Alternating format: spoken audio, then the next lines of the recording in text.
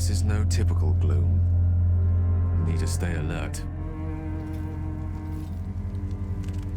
Grab a torch, stay out of the dark, and move fast. The shadows have eyes. Go on! This place. There's a power in these shadows, I can sense it. It's ancient. Familiar. Do you know what this means? I must be blessed. Lady Shah is protecting me where others are left to face her wrath. She loves me. She must do. This land is more than just soil and rock, root and leaf. It is a living being, in the form of a young Fae boy, with the forest itself in his eyes. His name is Thaniel. I've met him in my meditations. Have a care, friend. I am but a weary traveler, footsore and short of breath. I-F. Or is it an E? Is it even a letter? I've been tracing the scars on my back with my fingers, trying to read them by touch, but I can't.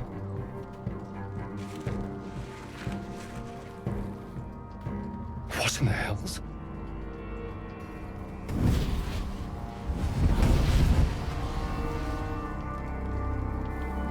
Playtime's over, pet.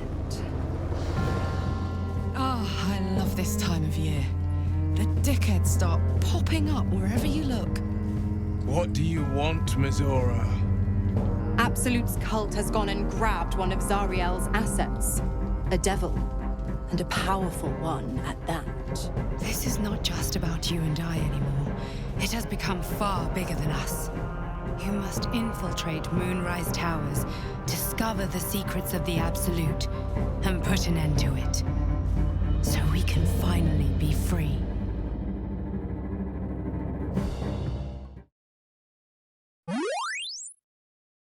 Hello friends and welcome back to my channel. My name is Cinderellimouse and today we're playing Baldur's Gate 3. You know I always say this, but I'm so excited to continue this story. Currently we've just had a visit from the Dream Guardian, who Cordia believes is the goddess Elistery. Some doubts in her mind, but it's like every time she sees her she believes it again. So we can assume that Dirge is about to have a similar visit. So let's go ahead and get that started. The voice of the Absolute is strong here, and getting stronger. I don't know how much longer I can resist it. But it's good to see you're making progress. So again, his Dream Guardian kind of looks like Cordia. It messes with its head, basically. His head. You took an unexpected route here. You did a brave thing, saving those people in the grove.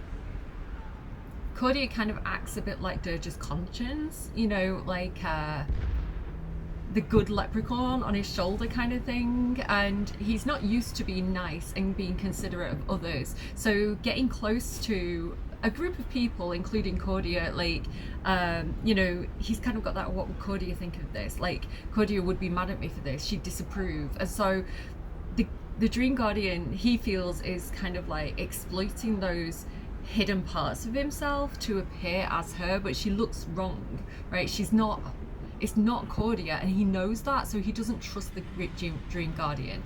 But on the other hand, the Dream Guardian is keeping him safe, right? It does appear that it's protecting him from certain things, from stopping him becoming an illithid. And so on the one hand, he doesn't trust whatever this is, but on the other side of that, he kind of needs it, right? He's in a bit of a catch-22 situation. He is softening a little bit. He did want to help them, right? I think he, not in a way where he cared, but in a way where he was like, my companions care, they are vulnerable. So I like this option to say, I did what I could, but I'm not sure they'll survive out there on their own. Weird Don't angle. be so hard on yourself. It's not your fault the world is wicked. You did the right thing. That's kind of a foreign concept in itself. The hurt runs deeper than she's willing to show you. He's getting perceptive. I feel like this has always been a predatory thing for him though. So he's not like unable to read emotion. He can read emotion, but in his past existence, it was a predatory thing, like he would exploit that.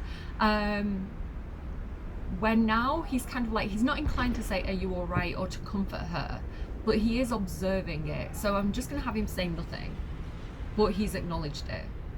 Beneath the resilient veneer, a touch of fragility. She needs comfort. Is this him exploiting? Is this her exploiting him? Is his question in his mind. He's like, this thing I feel like I'm being manipulated by it. So he's just not trusting it. So he's gonna say nothing again. Wait. It just doesn't stop. We are being bombarded by waves of telepathic energy. Wave after wave with hardly a breath between them. I almost dare not rest. Each wave a set of orders to the infected. The order for your transformation has been given many times already. Okay. So Cordia asked, is there anything I can do to help you? Dirge is a little bit more practical. I like this one for him. Do you know where the orders are coming from? I mean, Moonrise Towers, presumably? There is no doubt. Moonrise Towers. I just hope my powers last long enough to see this through. In any case, the Absolute knows you carry me with you now. It wants to retrieve me. So there is a bit of a damsel in distress act happening here. Like, oh, I don't know how long I can hold them back for. You know, like, they want me, like, and all this kind of stuff. So he's on the one hand, it is working on a level because he wants to protect Cordia, right? He's like, he's defensive of her, and this thing looks like Cordia, but it's not Cordia. So yeah, it's really messing with his head, I want to say. We know that she stole the power to protect us. She's already talked about that in the Githyanki camp. I do like the idea of perhaps I should hand you over, but I'm gonna just go with, like, I won't let that happen. I feel like that, I don't feel like that's what you'd say. Again, like, practical, we want answers, so why does the Absolute want you? I am the only one who can resist the Absolute's influence. Hence its fear of me, its desperation. Unfortunately, that also means it is dedicating more and more resources to my retrieval. The task ahead is monumental. But we're all that stands between victory for the Absolute and freedom for all. This is not just about you and I anymore. It has become far bigger than us. You must infiltrate Moonrise Towers, discover the secrets of the Absolute, and put an end to it. So we can finally be free. What's all this wee business, I must lady? rest. And you must carry on. Do not let my efforts be in vain. Ooh, okay. So, yeah, this wee business.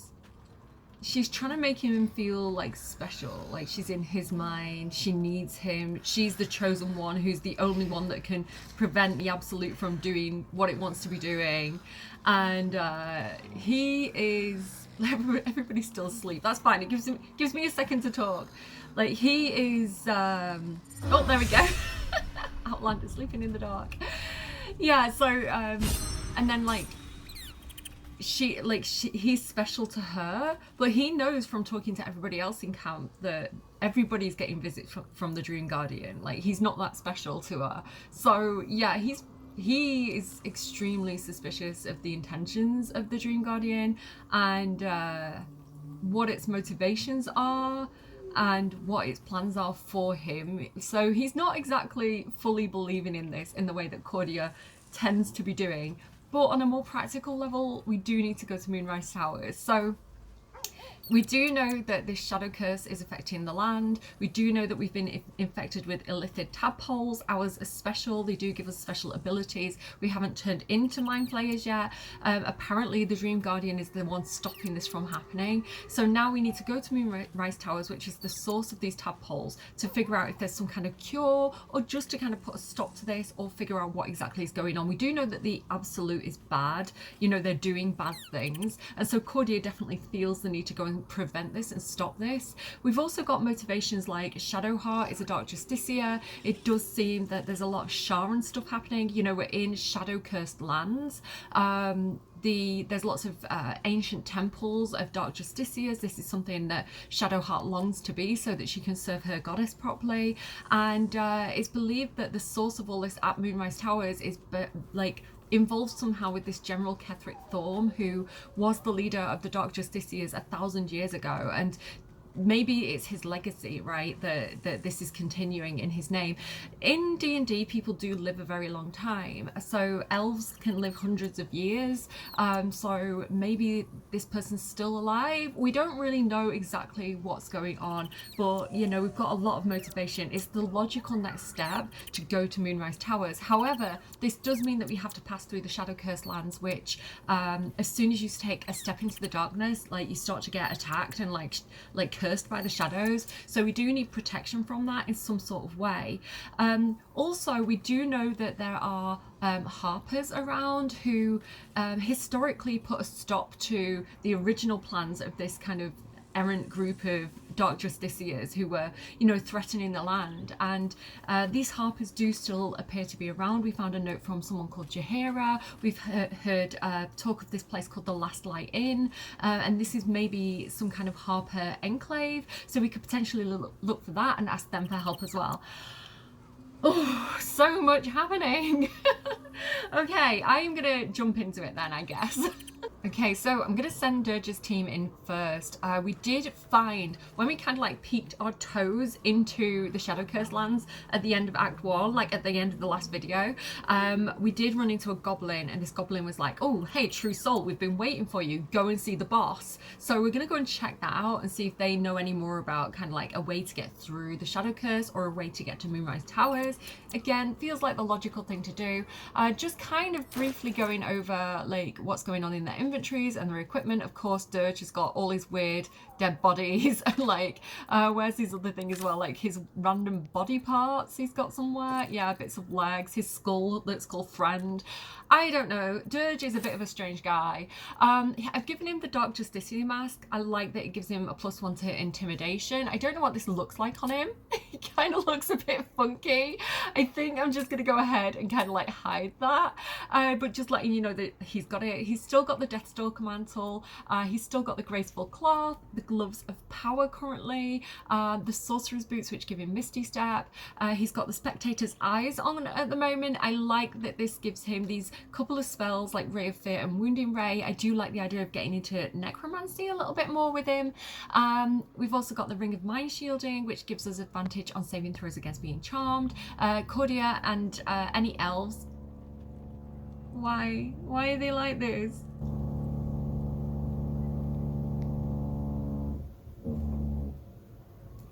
Cordia and any elves, so Shadowheart, Astarion, will have natural protection against being charmed because this is an elf thing.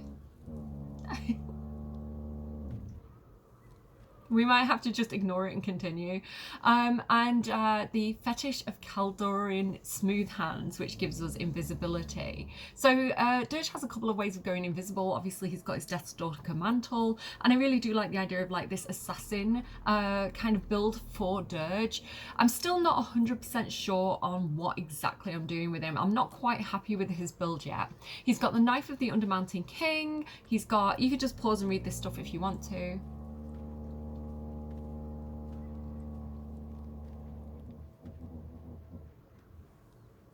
They were working in the kitchen, which wasn't too bad because the noise was kind of at the other end of the house.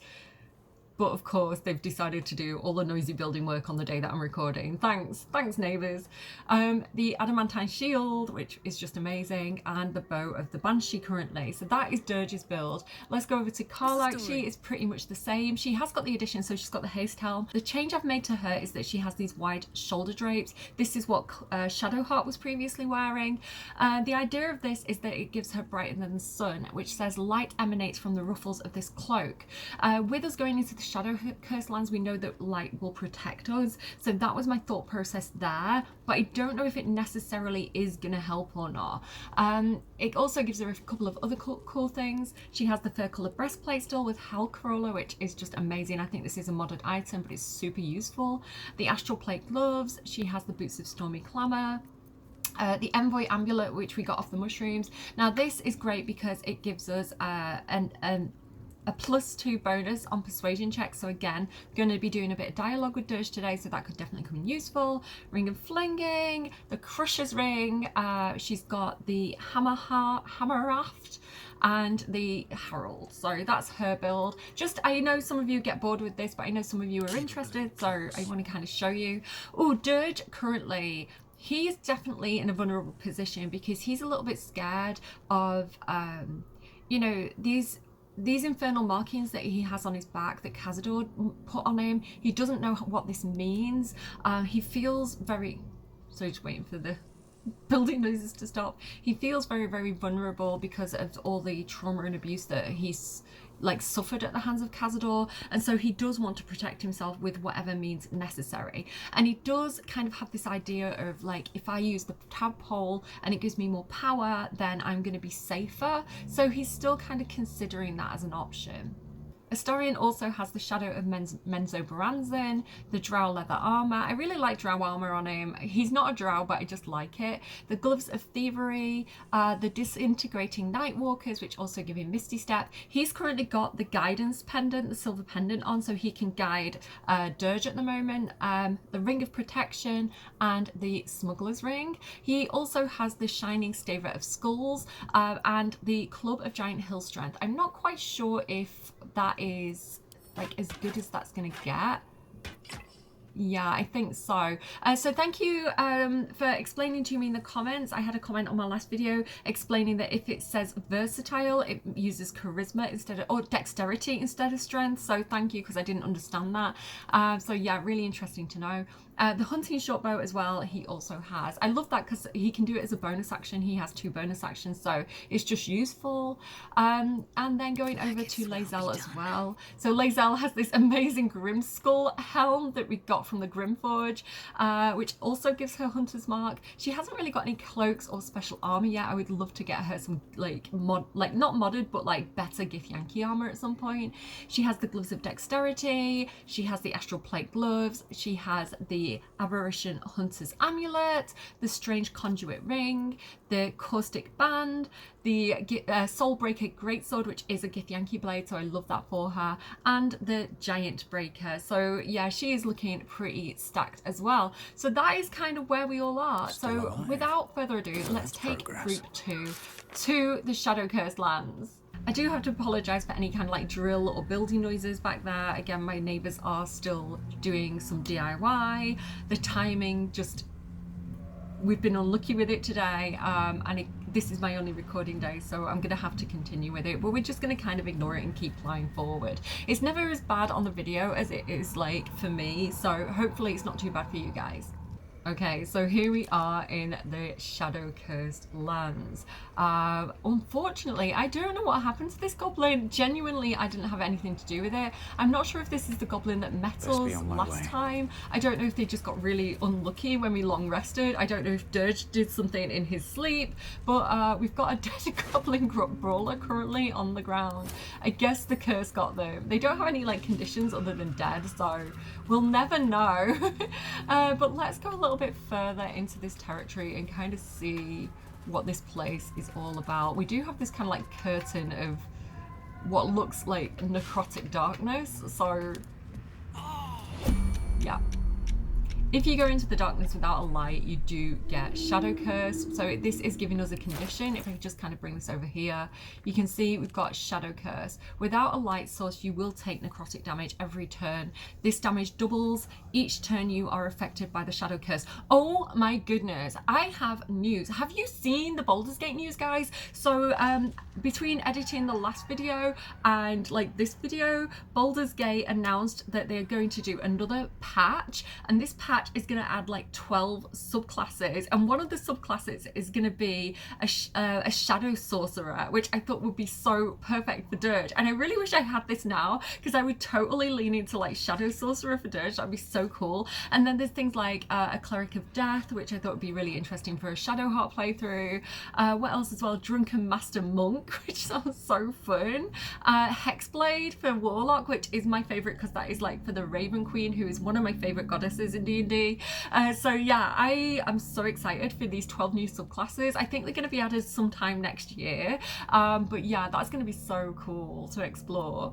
So let's get out of this shadow curse. So all we have to really do at the moment is run back out and end turn-based mode, and then we're going to have to find some sort of source of light. So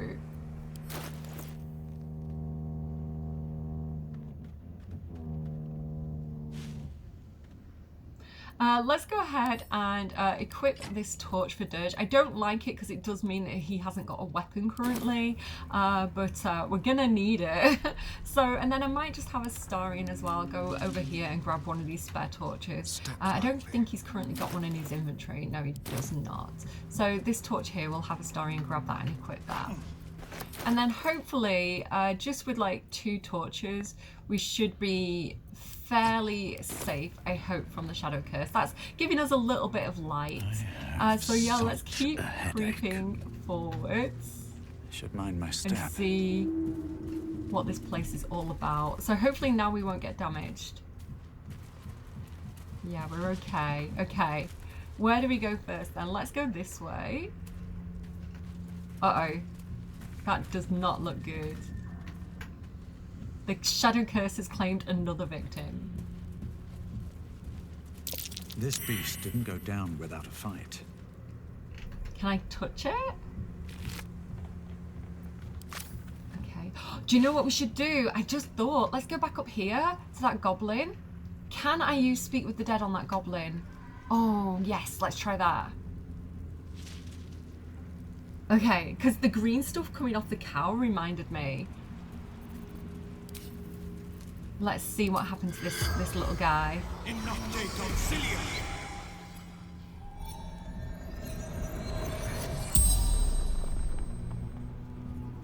The corpse regards you lifelessly. Okay. So the most efficient thing that he could ask would be, I need to find Moonrise Towers. How do I get there? To the east. Need a torch. Got a torch. Thanks for the tip. How do I survive the curse? The corpse says nothing. Perhaps if she knew, she wouldn't be dead. Good point. What exactly happened to you? Curse. Them shadows. Got teeth too. Shadows have teeth?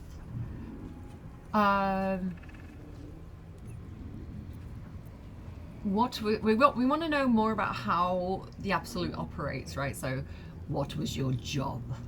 Work and die in her name. Absolute. Not the most appealing cult kind of what do you call it, manifesto. I don't know. I think I might go for a happier see you later Toby, if I'm honest with you. Let's ask who they are, because sometimes I like the idea of like it might come up in like conversation later with another person. And who are you? Rizzle. The spell's power wanes. You can ask no more questions. Just a reminder, Dirge kind of hates goblins. He's got a particular dislike of them in my playthrough. So yeah, he's not sad about what happened to Rizla. He just kind of wants more information so that he can protect himself and his companions. Just. I want to listen out because I think we're going to get a lot of dialogue now that we're in Act 2. I think there's going to be like new stuff that's unlocked. So yeah, let's listen out for the companions talking.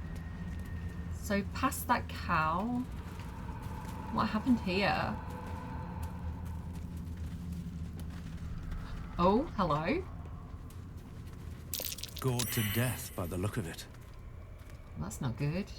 I can't do speak with the dead on her. It's not letting me. She'd glow if I was able to do it, but... The corpse does not respond. Okay, it does say Aloija, so Dirge would recognise her. This is one of the tieflings that we met at Emerald Grove. I think Aloija was one of the ones that was up on the kind of battlements, acting as like a lookout. Glad you made it inside. Doubt we'll be safe here for long, though. There'll be more coming. Goblins hunt in packs. The sooner we leave for Baldur's Gate, the better. So I think this is really upsetting that some of the tieflings die and there's nothing we can do about it, as far as I'm aware. And if I'm wrong, do let me know in the comments, because it just makes me so sad that this is what happens to some of them. We are going to do right by her though, so I'm going to have Karlach take a good old potion of strength, I think. And we'll have a kind of like start picking these guys up as we find them. Unfortunately, the Shadow Curse will have claimed a few people. Strength. Is it? I can't remember which strength potion it is. Let's grab one off Will. The one that gives us 27 strength. There we go. It might be a bit of a waste, but this is something that I want to do for them. So yeah, go ahead and pick her up, please, Karlach. There we go. And then we'll have Dirge read through this hell. A tiefling's journal charting the discovery from Elturel to the Emerald Enclave, and now on the road to Baldur's Gate. The ox just up and died. It started choking out of nowhere, then keeled over. We tried to pull the cart, but the ox knocked the wheel off when it went down. And the thing is in splinters. The others want to grab what we can and keep going, but this place feels wrong. My skin is crawling, like something is watching us from the darkness. No one else is talking much, but I can tell they feel the same. So we're sort of getting a little bit of a piecing together of what happened to these guys. Yeah, if we can catch up with the rest of the tieflings and kind of return the body, I think that would be the right thing to do. You do know that I like to do this. I have like a bit of a habit of doing this. Did we loot her? Yeah, she's got some armor and stuff. I'm going to take that out. It's going to make her body a bit lighter, and I'm just going to go ahead and send that to camp. I can also, if I go over here, I can just transfer Aloija from Karlach's inventory over to like Will's, because Will's back at camp, and we can kind of like put her in the camp chest until we find a good place to kind of like lay her to rest. Let's get going. Yeah, we're not leaving her out here. Again, Dirge is like, what would Cordia do? And he's like, and especially as well, like Karlach's here. Karlach's a tiefling. The tieflings from Emerald Grove kind of also escaped Avernus. So I think on Karlach's behalf, you know, she would do right by her fellow tieflings. I think she's a very kind person that way. Okay, I guess we're gonna keep exploring then. What's that? A heavy chest? Can we get that? Where is that? Hello, heavy chest? Where are you? No idea. But there's something. Oh, it's all the way over there. But Dirge would definitely notice this kind of like bubble of light in the darkness. And he would definitely be interested in checking that out and seeing what's going on with that place. So let's grab that black oleander, wherever that's gone. There we go. And see what happens if we go in this direction.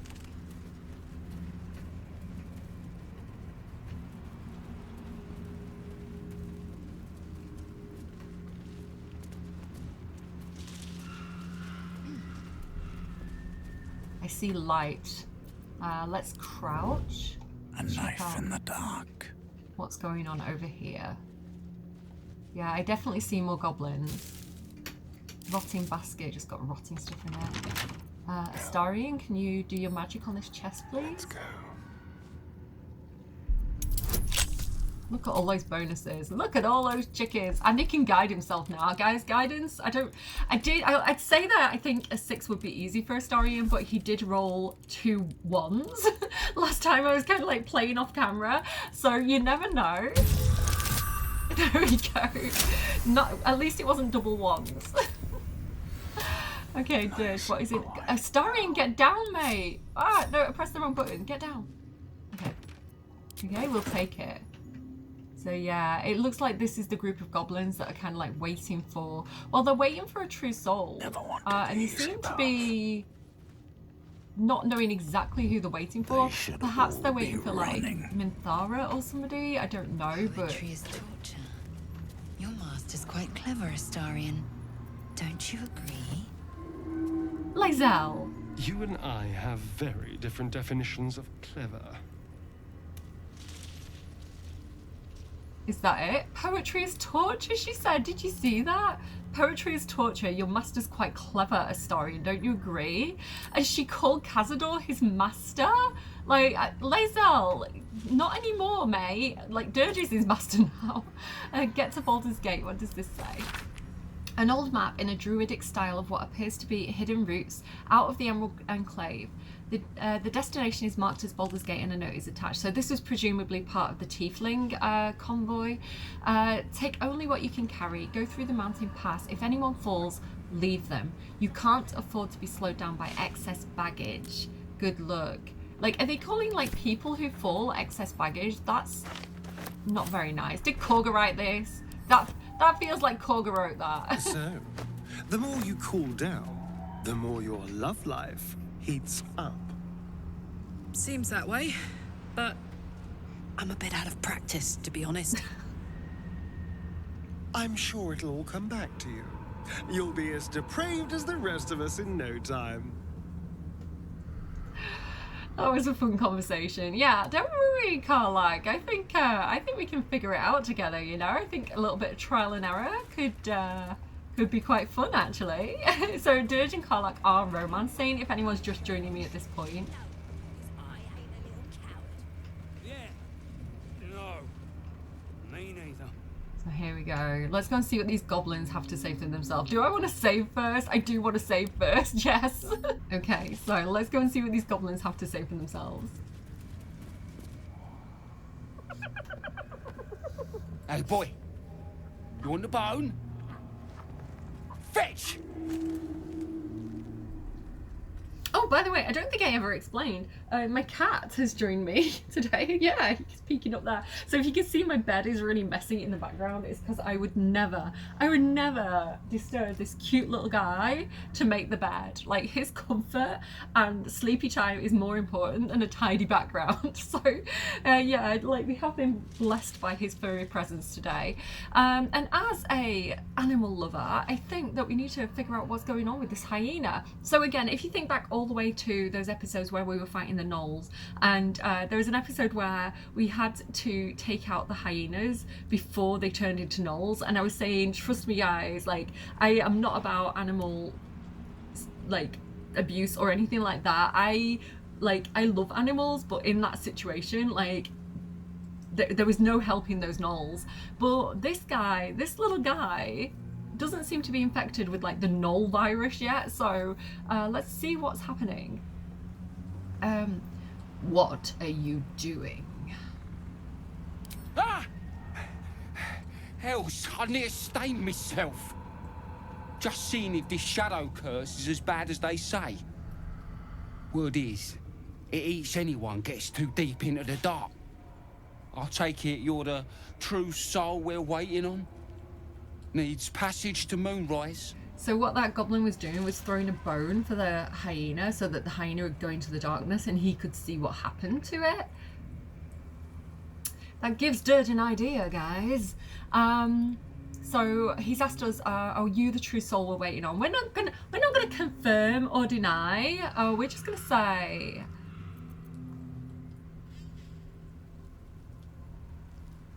we're gonna let him jump to his conclusions, and we're gonna say, actually, I kind of like option 4. No, yeah, option 3 we'll say. How do you plan on getting me through this cursed darkness? It's kind of like he's letting him think that he's the true soul that he's waiting for. Don't worry, boss, you're in good hands. We've got a guide. Talk to Kansif inside. He'll run through it. Like, inside where, mate? There is no inside. That's such a weird line. One last thing. Go fetch the bone you threw. Wait, you're joking, yeah? But we're ready to go. You just need to tell Kansif inside. Again, reminder, Dirge hates goblins. And I don't know, the hyena reminds him of Scratch a bit. And also, this is more of a thing of like, good idea. Send something into the darkness, see what happens to it. Like, I might be able to learn something from that. So he's just putting the goblin's idea into practice. He's gonna shoot him a knife glare.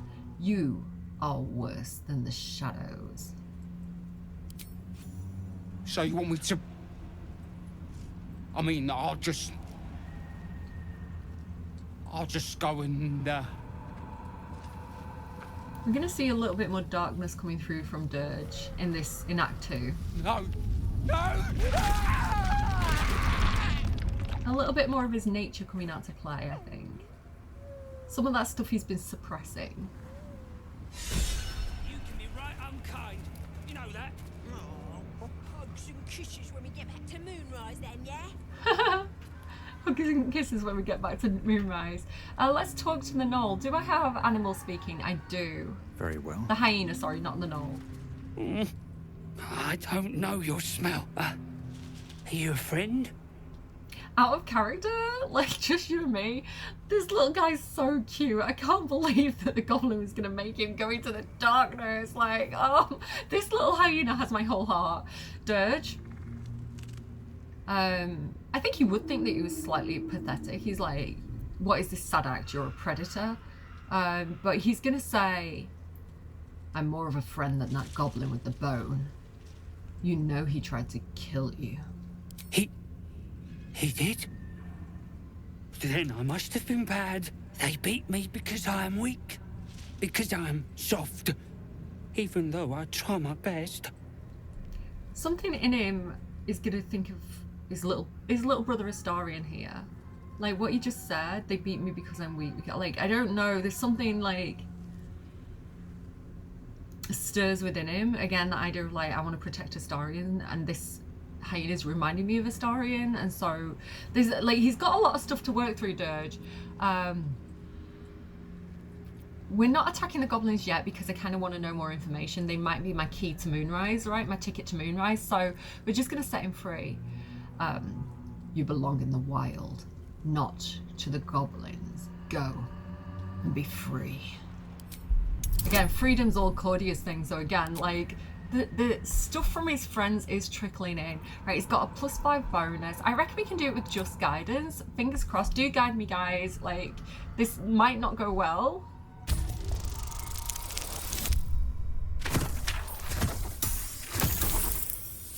Yay! We did it. Okay. Go, hyena. Run free. Free as the grass grows. But the goblin said I must stay here, or they'll cut me.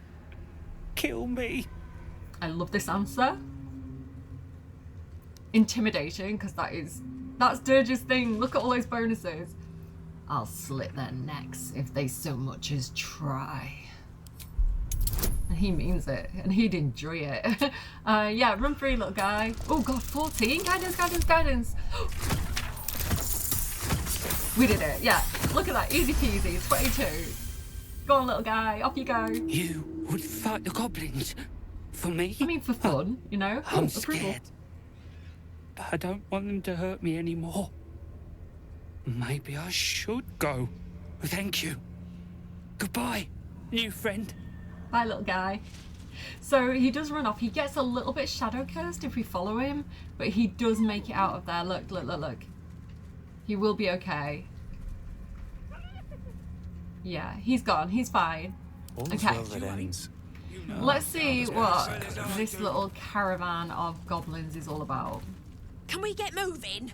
Nab these boots from a gnome and they don't bloody fit. That gnome wasn't called Fuller by any chance, was she? Stay sharp. These shadows can sneak up on you. And I love the characters design in Baldur's Gate. Like, the orcs look so good, the dragon balls look so good, the orcs look so good. I love, like, their tusks. They're so cool. And got this little goblin guy here. And the faces have so much character and expression. I missed the camp. Oh. It's too quiet out here. You know, when you can see them, that is. And then Cansif. So this is the guy that we need to talk to about, like, getting through the Shadow Curse. True soul. An honor. Did you bring the lyre? The lyre. So we did get the spider lyre off. I think it was Mithara. I'm not sure if we also got one off Nair.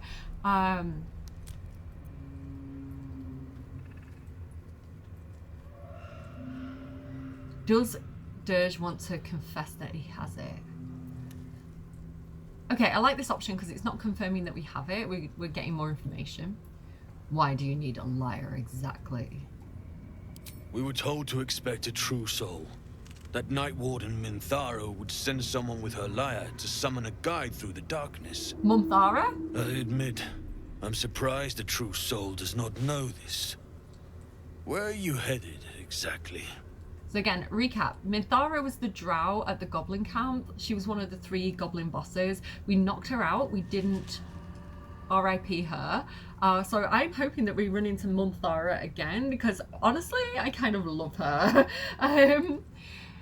So Minthara, he's assuming that Minthara sent us.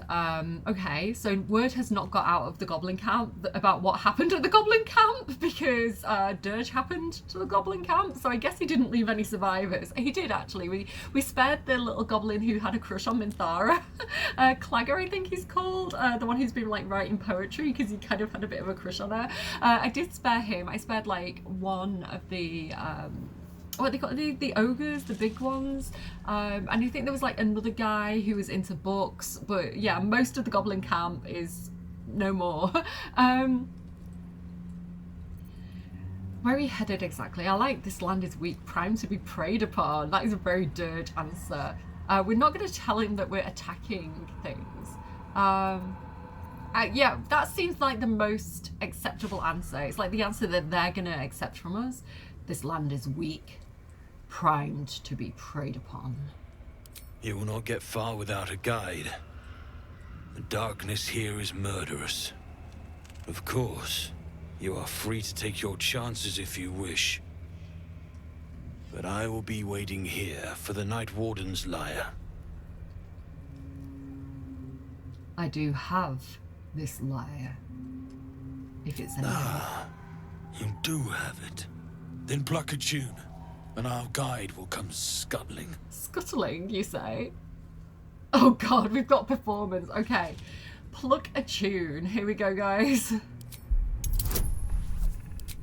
I might need my bardic inspiration for this, I think. No, actually, do you know what? Actually, no. Can I get rid of that? Yeah. Okay. No, I think it's funny if we fail. Okay, guide me anyway. You guys can guide me, right? We'll take guidance, but we'll leave the bardic inspiration. I think it's funny if you can't play it. Oh, you meet it, you beat it. Look at that, amazing. That's kind of because you. That's because you guys helped me out, and we got a dirty 20. Let's go. Good thing we took those like music lessons from Althera earlier.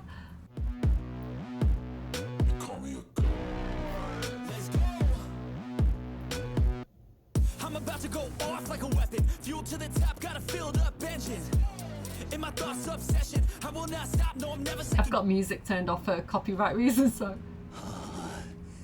Yes, I hear them, Your Majesty, calling us.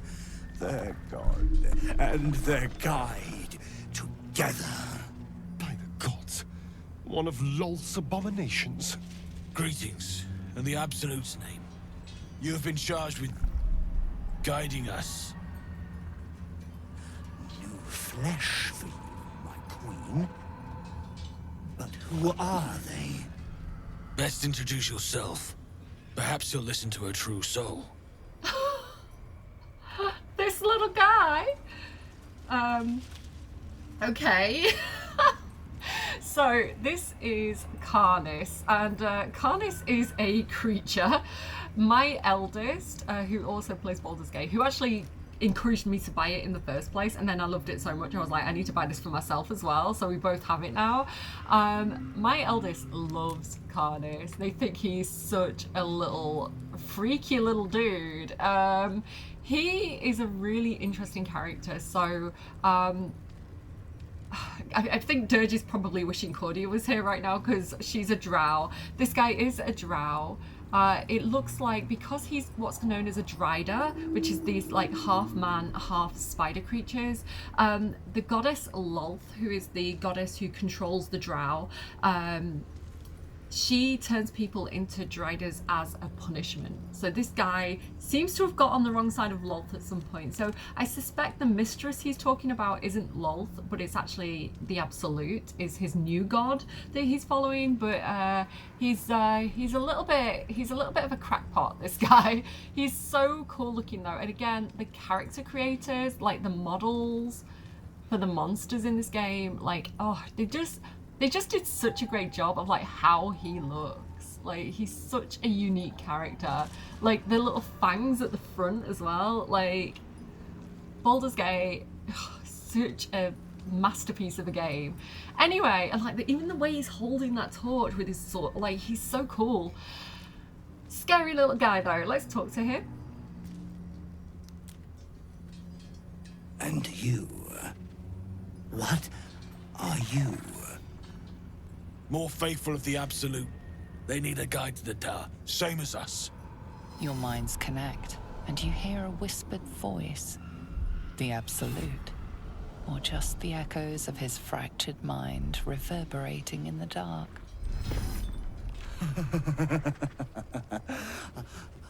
A true soul. You have more worshippers every day, Majesty.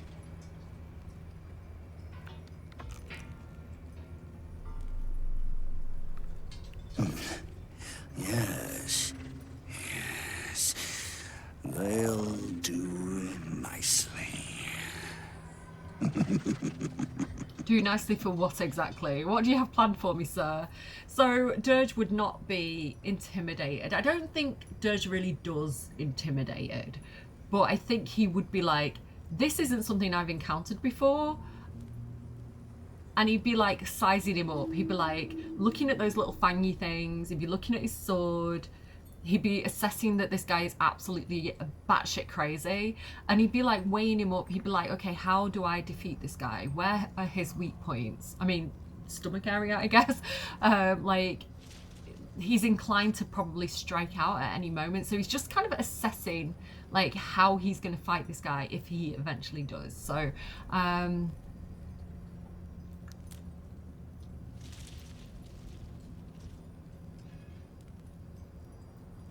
so you're the guide. How do you survive out there? We have our queen's favor. She speaks to us, protects us, graces us with her blessing. And her magic lamp. And they are jealous of your gift, Majesty. But you gave it to us, and we always keep it close. Magic lamp, you say? I'd love to have a magic lamp like that myself. So we actually learned a little bit about these moon lanterns in Moonrise, in the Grimforge, in the Adamantine Forge, because we found one. Nair had one, but his was broken, and it had like fairy dust in the bottom. So yeah, if we could get a hold of one of those, I think we might be a little bit safer from the Shadow Curse. I like this. Can I examine your lantern? Surely the Absolute wouldn't mind. Let's give it a try. Can I examine your lantern? Surely the Absolute wouldn't mind. I am a true soul after all. No! Our queen gave it to us. Yeah, They definitely wish to a little walk bit. through the darkness alone. They are welcome to. Definitely a little bit unstable. Definitely a little bit of a pick-me girl. Like, my goddess picked me. I'm the special one. I'd be perfectly fine out there alone. I am a seasoned killer. Mild threat, you know, he's just getting his defenses up a little bit. Oh, that's so. Maybe this'll change your mind. No more demonstrations. Time is short, we need to go. Excuse me? Yes, yes. We shall go. Your light leads the way, my queen. Are all ready?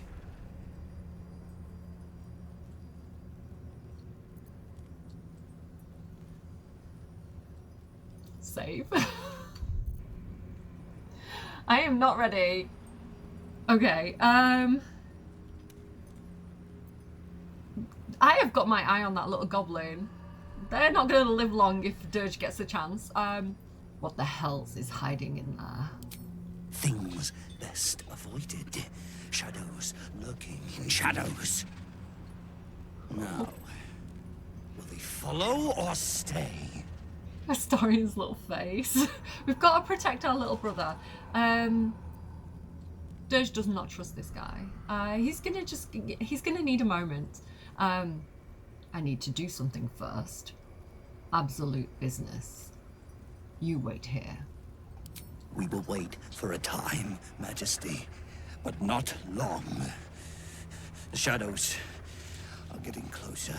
We cannot wait long. Like, Lae'zel's face kills me. Like, when you look at the companions' faces, like, Astarion's all like...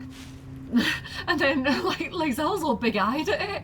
Like, they're so cute. Oh, right, he's gonna hang out here for a second. I want to maybe scout ahead just a little bit and kind of see if we can check out what on earth is going on over here. I don't want to go that way yet. We'll kind of explore that little area later. They're all heading this way, so we can presume this is the way to Moonrise Towers. That's the way we came. Lae'zel. Chatty little Things man. seem to be getting serious with you two. Do you have pet names for each other yet? Pet names? As if we were domesticated animals. Very literal.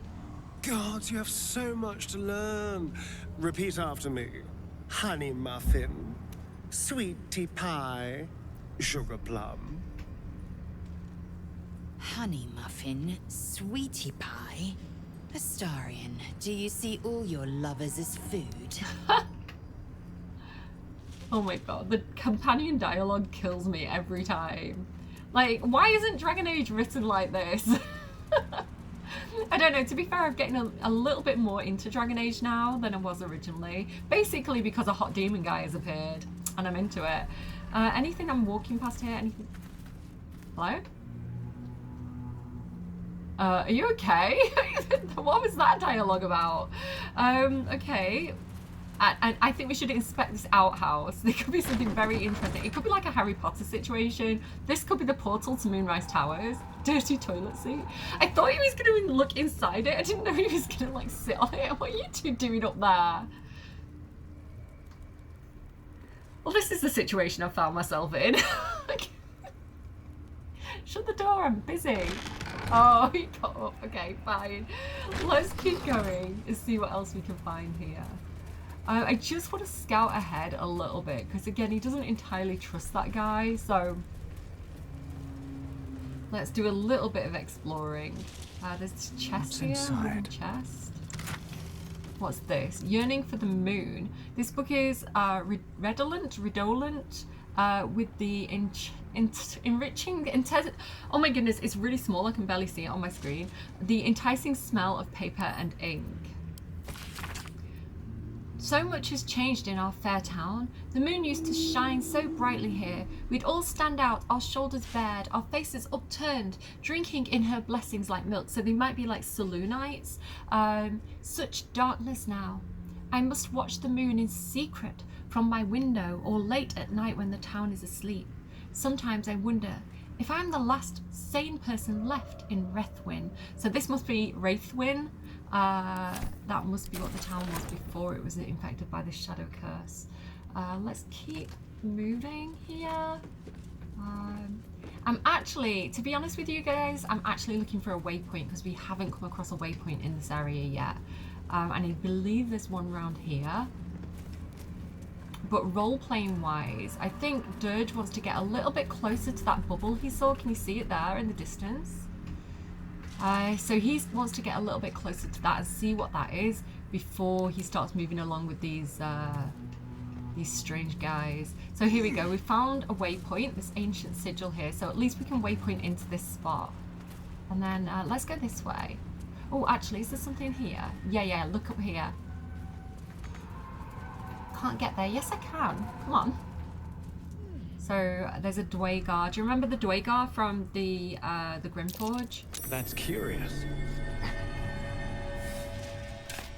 So I wonder if this is he digging with his shield? Why did he look like he was digging with his shield then for a second? Got some cool stuff in here. I guess we're just going to take it. Yeah, he's got a book, The Grey Scout's Journal. Read. Oh yeah, they knew Nair. So he's one of, I guess he's yeah, it says he's a scout, right? So he was from the Dwagar camp. Actually glowing. It is the sheen of the soldier's sweat on my brow. The soldier's sweat? Or the lover's? Kincha, speak on it no further. Do you know what I really like? Because both Lae'zel and Karlach are currently in a romance with Dirge.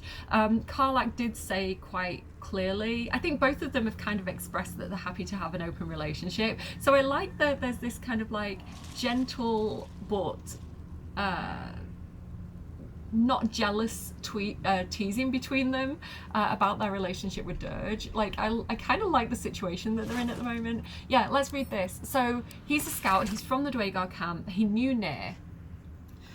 Shitting Nair and his shitting scouting tasks. You, Dwagar, find another way through the shadow curse. Sure, right, shitting Nair. Whoever laid this curse knew their business a lot better than do. What the hell was that? Gnomes. Gnomes, I killed you in the Underdark.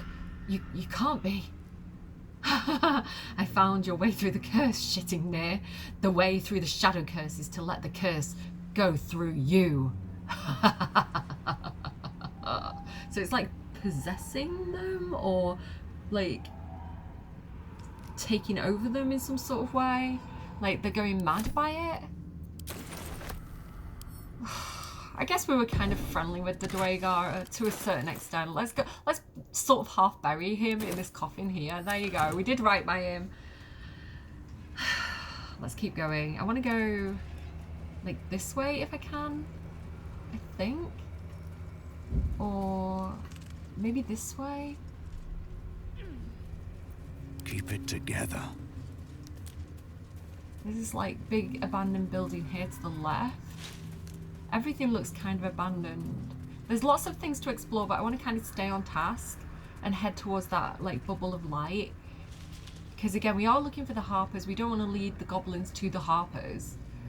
Okay, this looks not good. Signs of a struggle, for all the good it did them.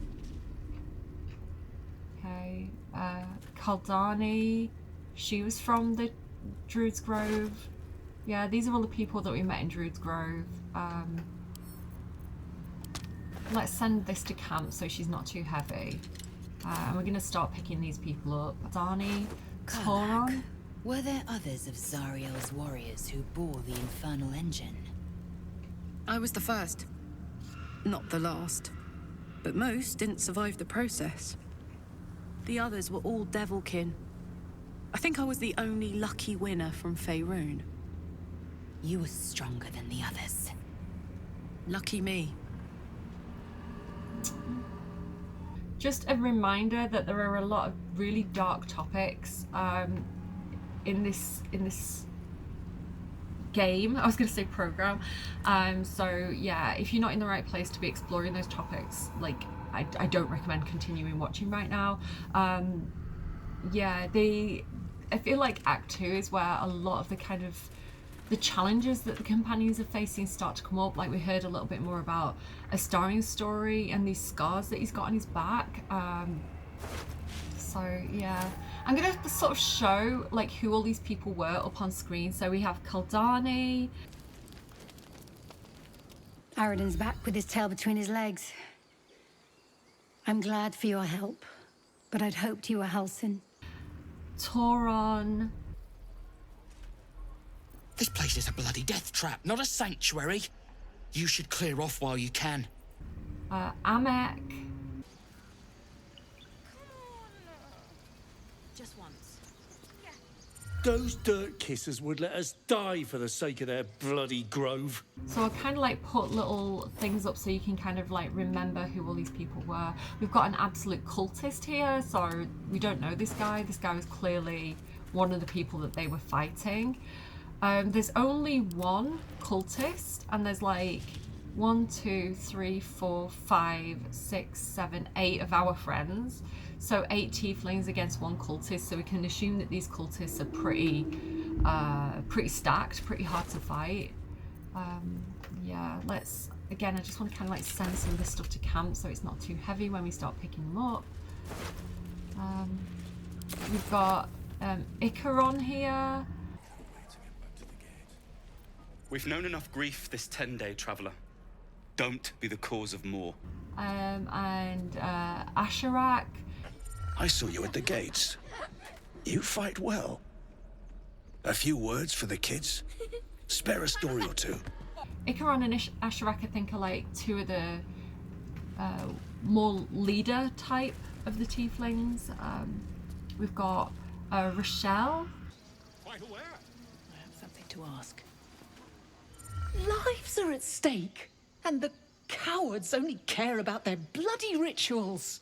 I don't remember Rochelle very well, but I'll put her up on the screen. And who's this here? Memnos. I remember Memnos. Put it down. She can't fight back. That's the point.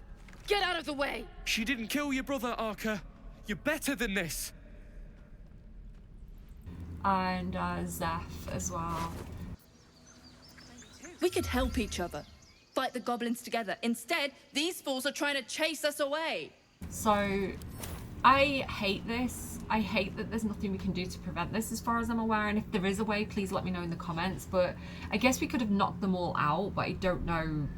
Sometimes when you knock people out, the game considers them dead, so maybe that's a way to save them, but this just shows you like how bad the Absolute is and how destructive this Shadow Curse is. But let's do our best to kind of pick everybody up. Pick up, and we'll find a better place. I don't want to like leave them out here.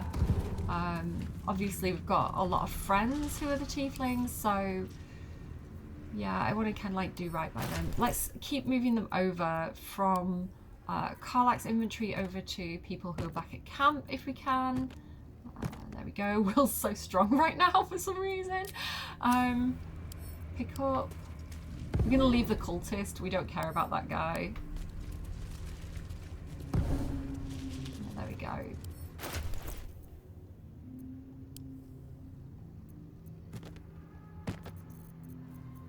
Gale, can you take one of these? No.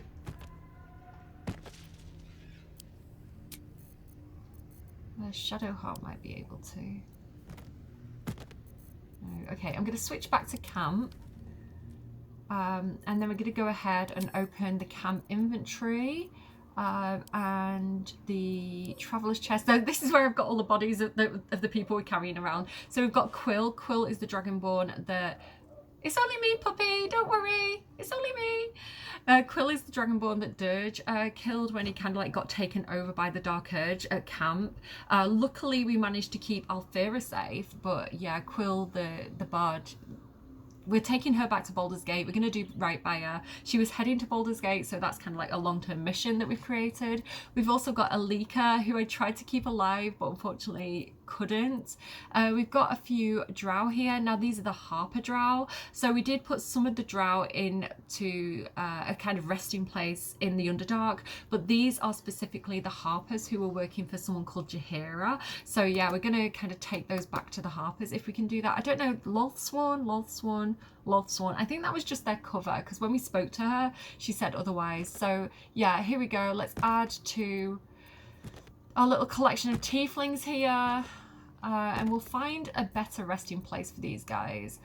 Here we go as well. We've got Rochelle and Asherak there. And then I can go back to Karlach. We can pick up a few more and then also drop them off at camp. And then we'll just find somewhere nice to kind of put them so they're not just kind of like left out here. Because I hate the idea of kind of like, you know, the people who did survive not knowing what happened to them. Pick up and pick up. And then I think that's everybody. Yeah, so let's just head back to camp. And we'll go ahead and we'll put those people into our person chest. It's a little bit dark, it is a little bit grim, but I do feel like I'm happier doing this than just kind of leaving them out there in the darkness, you know, for like whatever horrible purpose the shadow curse has for them. Yeah, I'd rather kind of put them somewhere safe. Hopefully you guys don't think that's too morbid. I do have good intentions with it. Like, I just want to give them a funeral, you know? Not you, cultist. In fact, I'm just going to kind of like fucking free you or whatever. Invalid target. Well, lie on ice, you jerk. But we can see actually we're getting a lot closer to this bubble. So let's go ahead and hide as best as we can with this light in the darkness. And we'll kind of creep up and check this place out a little bit. So there's a bridge into it here. It does seem to be like a bubble of light in the darkness, and it seems to be some sort of encampment, or it does look like a bar, so this might be the last light in. But Dirge and his little gang are just going to kind of like stand here and check this place out for a while we switch back to Cordia. Alright, so I am going to have to jump through hoops now with Cordia and the team, but let's have a quick look at their equipment before we go anywhere else. I've got a potion of speed handy for reasons that will become clear soon. We might be doing a little bit of fighting soon. I have got the broken moon lantern. I was talking about this, like it had like fairy dust in it. We also have these things like the Harper engraved pin. I've got this creased letter that says from Jay, who we think might be this Jaheira. Jarm, like a phoenix from the ashes, Grimforge has risen from the dead. I've word of a drag cultist gathering Dwagar in the old city halls, that the absolute must mean to recruit them, I've no doubt. Yet it's what they might seek amidst the ruins that troubles me. You've not failed me yet. Go to Grimforge, cling to the shadow, and bring word of the cult's intentions to last night. I will be waiting. So this is what we pulled from the body of the drow. We did speak with the dead of them, and we did find out that they were kind of like infiltrating the cult to find out more information on behalf of this Jaheira. So again, we're looking for the last light in. We're looking for these Harpers. We do have, what's this pouch? Oh, that's just some of the like the other Harper stuff that we kind of collected along the way. Cordia's stuff then, she's got the warped headband of intellect, the sorcerer's cloak. Currently she has the Selûnite robe on, just because it was giving me Moonmo, and I thought that might be useful because it's kind of like, I don't know, it's the blessing of Selûna, right? Selûna is kind of fighting with Shah, so I thought light against darkness, it felt appropriate. Gloves of archery, the water sparklers. She has, of course, the Fala Aluv, which is super special drow blade, like 4 clerics of Alistery. The real Sparky Sparks wall, the Jolt shooter. She also currently has the this Everseen Iron pendant because it gives you protection from good and evil. So I thought that might be useful because we're going into an area with kind of like a lot of darkness. Sorry, I've got my hair's kind of like really annoying me. It's sticking to my eyelash. And then yeah, so if we look at this, it says that it gives us protect an ally from attacks against the powers of aberrations, celestials, elementals, fae, fiends, and undead. So I thought that might be particularly helpful for us in this situation. Also the Spurred Band. During combat, when the wearer starts their turn with 50% hit points or less, they gain momentum for 1 turn. And the Sparks Wall. So that is Cordia's fit. Next up we've got Shadowheart. Shadowheart is very Dark Justicia themed. She's got the Holy Lance Helm. Oh, we were fine for a while. They stopped for a while and now they're back. Oh. She's got the Dark Justicia mail, she has the arcane gloves, she has the gilded greaves, so she doesn't have her dogs out anymore. I've put her toes away. She has the amulet of Misty Step. Please stop.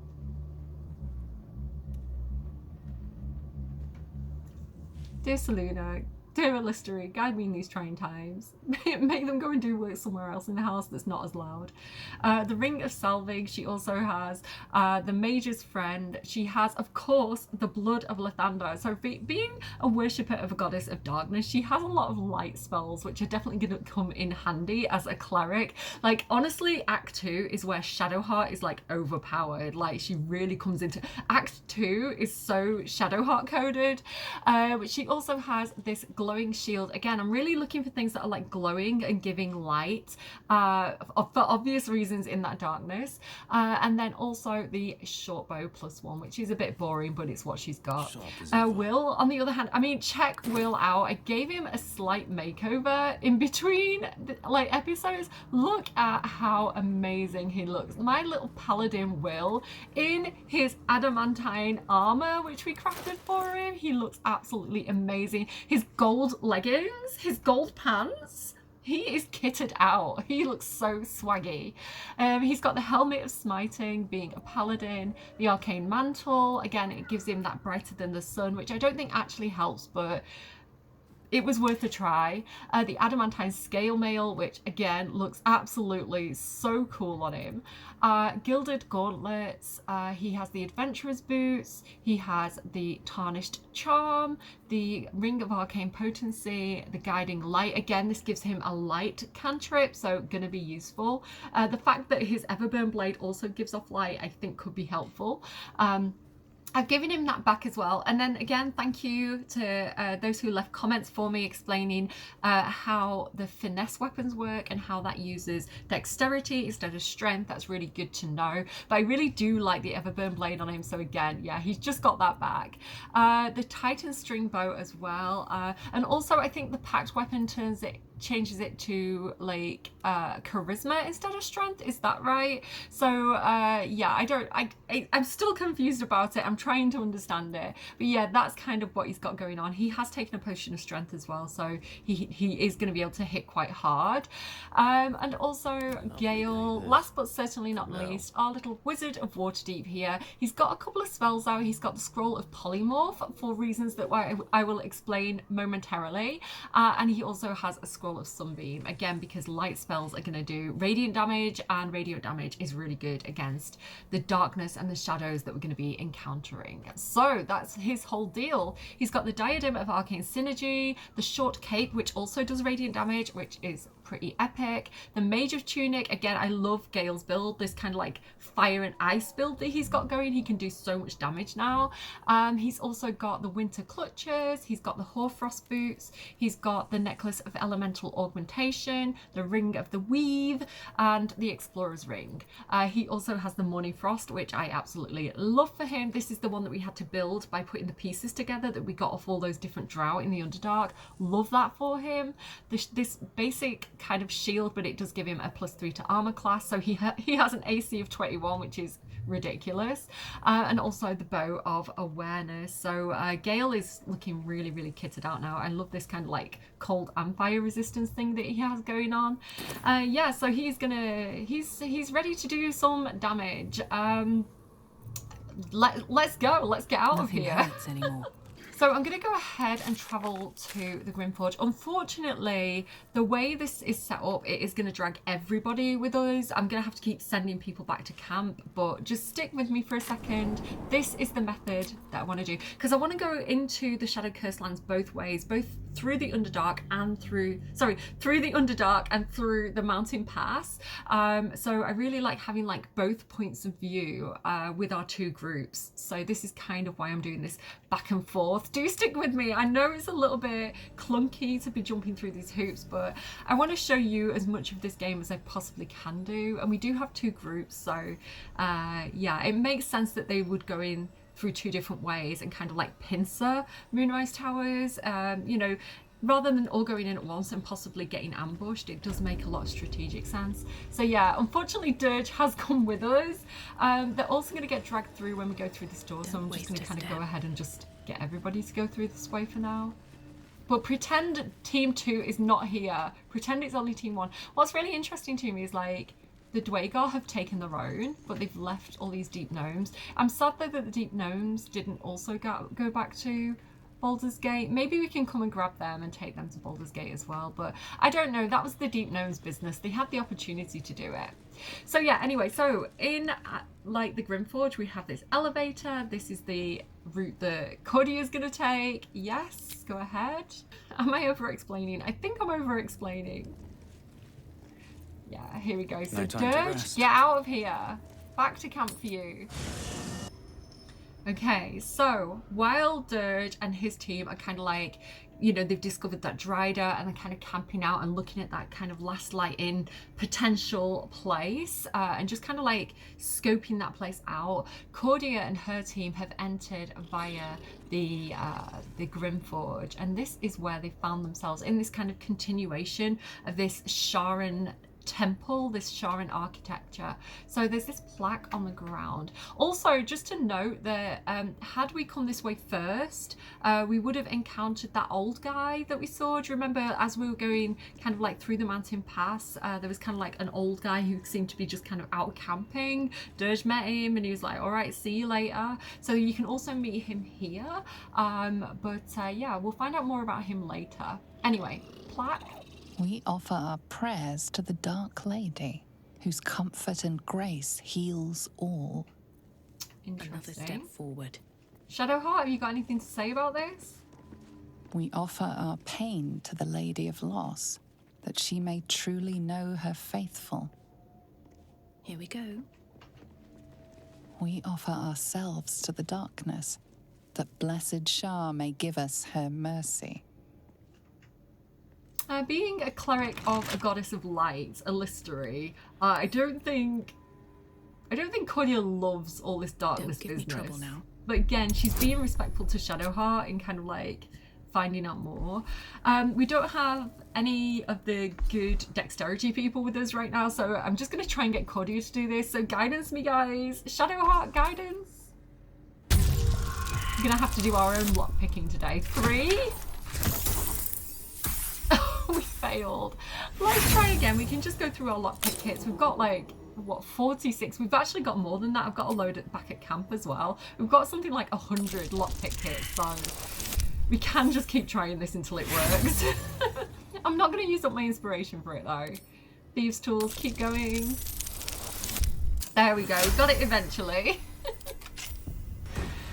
And, oh, invisibility, don't mind if I do. There's some good stuff in there, some potions of healing. I'm going to leave those torches. We don't need those. Interesting that the Shah Temple has the torches locked away in boxes there. This Chasm Creeper, we'll go ahead and grab that. I like as well that it does feel like, even though this is Act 2, it does feel like a continuation of the Grimforge with that kind of like lava like glow coming from the bottom there. Like the level design is very, very good. I don't think there's anything in any of these vases, so we can just kind of run past these. Oh, there's this statue. Is this Shah? Shadowheart, do you recognize this? Let's light a candle. Because again, it does feel like the respectful thing to do. Anything else around here? I think there's a book over here. Yeah, look at this here. Old Architectural Collection. This yellowed book contains a series of architectural plans. One shows an elevator leading from the wilds outside a town called Wraithwin to the Underdark. An elevator leading from the wilds outside a town called Wraithwin to the Underdark. That must be the elevator that we just came through, I think, because Dirge found that other book here, so we know that the town that's been kind of affected by the Shadow Curse was originally called Wraithwin. I like as well that it's like Wraith, like Wraiths are kind of like the spooky ghosts, but kind of spelled differently. There's this broken moon lantern. A broken moon lantern catches your eye, its glow now snuffed out.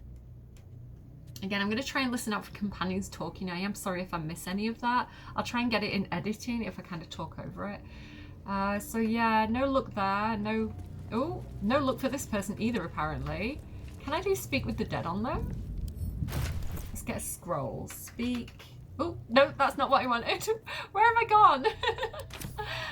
Go there. Speak with the dead. Here we go. Gale should have one of those for me. Cast spell. Is this person talking? The corpse does not respond. No luck, unfortunately. I mean, Shah and Rai, they're very secretive. Oh, actually, Adept of the Absolute. They've got some orders. A plain letter. I have been given the crucial task. Hang on, let me try that again. I have been given the crucial task to clear the entrance to the Grimforge for future expeditions. True Soul Near will follow once the entrance is cleared, so she was working for Near. As I make my way to the entrance, I can't help but feel excitement. What might we find here that Ketheric created so long ago, now sealed by the curse? Grimforge could hold untold treasures for the Absolute's uses. I will continue to explore and document my findings. The entrance is currently blocked by vines and rubble, quite cursed. Explosives ought to do the job, though I am not experienced in such matters as I wish I'd be. To be. It's okay, puppy, it's only me, I'm just doing a silly voice. I set up the explosives with care, though I admit I'm almost afraid to detonate them. There's no telling what power these cursed vines hold, what might lie beyond, or whether I've even set things up correctly. Absolute protect me. So it does seem that she perhaps successfully cleared the vines, but also possibly injured herself with the explosives. So bad luck, lady, but thanks for doing the job for us. No druids on the team currently, so yeah, nobody has speak with the plants on this team. I feel like for sure we should definitely be lighting things up as we go. Okay, anyone talking? I'm a little bit nervous. Anyone got anything to say? When we met, Shadowheart, your gaze seemed to linger in the distance on some unseen goal, some insubstantial purpose. I notice now your gaze settles on something or someone much closer. Is it Will? Is it that obvious? Of course. There's nothing escapes a wizard's powers of observation. Really, Gale? Are you sure about that? He's not the most intuitive when it comes to romance, let's put it that way. Him and Will are both a little bit missing the message that I've been trying to give them. Shadowheart is not. She's a little bit more subtle and responsive to the ways of romance. Okay, here we are. Here is this curtain of darkness that we're about to go through. Okay, so being, you know, a paladin, he has some light spells. I think we should go in with Will and hopefully use the light spell, like, on ourselves. Like, can I use it on Will? So he's providing light to us all. I think Shadowheart's fine. She's kind of like protected by Shah for some reason. But maybe, maybe Cordia could also do something like dancing lights. Here we go. At the ready. I knew you were a graceful man, Will, but I hear you're quite the dancer, too. I've been known to trip the light fantastic myself. Mine was a popular hand at the annual Blackstaff's ball. I'd have loved to have witnessed it, Gale. I wager you are as elegant on the dance floor as you are on the battlefield. Are they flirting? I don't not ship Gale and Will, to be honest. I have to keep recasting this because it does only last like 10 turns, so I should be able to kind of like move along with it though, I think. But yeah, we've got some protection of this shadow curse, so that is useful. We'll just kind of like keep casting this slightly ahead of where we're going, and hope Will kind of keeps up with us and kind of offers us that protection. It's okay, puppy, it's only me. It's okay. Sorry guys about all the noise in this video today. Oh, there's some kind of camp over here. Let's go ahead and cast this over here. I can light this campfire as well. Let's go and light that. Yeah, Will said he was going to show us his dance moves at one point, and do you know what? He's been holding out on us, so thank you for reminding him, Gale. Okay, we do, right, okay, do you remember that book that he got that was like, our new lithids, and I said we can read that for inspiration. This book here, this Dead Druid's Journal, also gives us inspiration if we, like, on demand. So I am not going to read that right now. I'm going to pick it up and I'm going to go ahead and put that in my backpack with the other thing that we've got. Where did I put it? I think maybe there. Yeah. So I'm going to put that in there. But what I'm going to do kind of off camera later during editing, I'm going to open the book and we can have a look at it and a read of it like now in the moment, because obviously it's going to be like relevant. But yeah, I'm going to not read it on camera in this playthrough because I think we should save that inspiration for when we really need it. Is there anything over here? Will, keep up with me, please. Oh, seems like there's something. Oh, Will! Will, I need you to come closer to me, please. Mistakes were made. What's happening? Has the shadow curse lifted? I think it has. Yeah, I'm okay. There we go. Thank you. Like, I think Shadowheart finally saw this. I might just make Basket go invisible as well while I'm thinking of it. There you go. You hide out back there, Basket. Must lug my guts through this hell. Oh, also, in between episodes, I also had Gale learn, like, a ton of random spells. So if we have a quick look at Gale's prepared spells currently, he's got quite some pretty decent stuff, actually. Let's go here.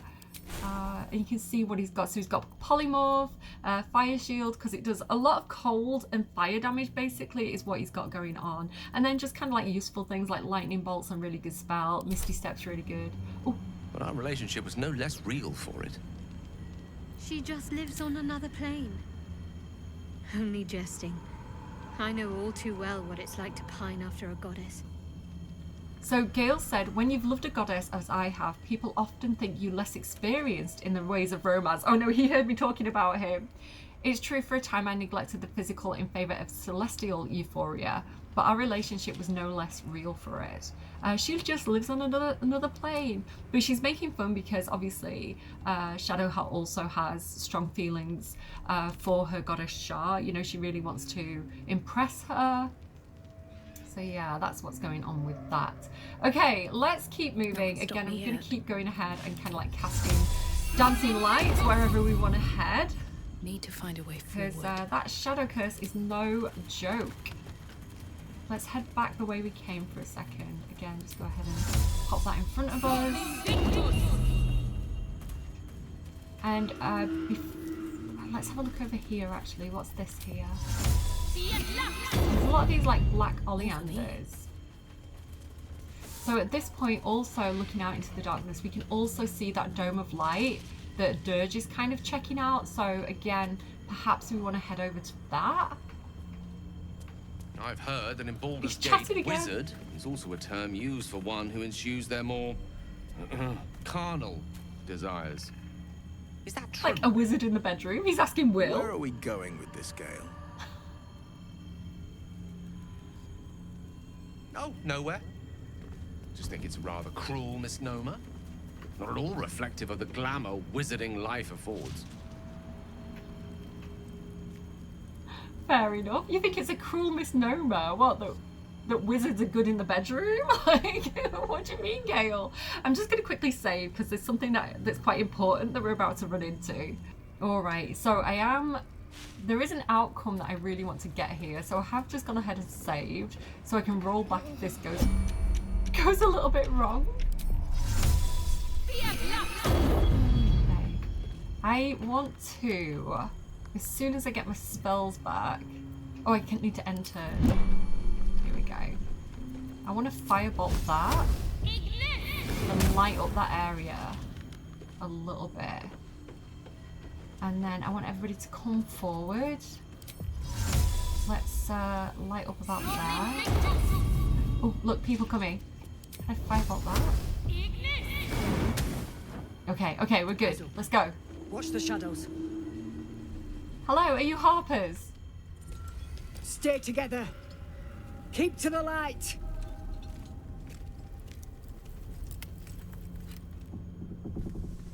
Big fan of Lysandra. I really like her. Stop! Who's there? Okay, we've got options. I do like the cleric option just because it's original. I am a worshipper of Lady Silverhair. Please, spare me your wrath. Not taking requests, love. Now put your hands up and walk over here. Slowly.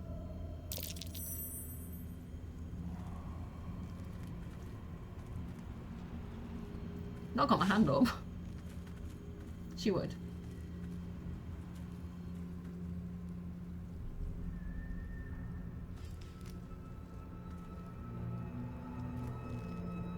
Yonas, move in.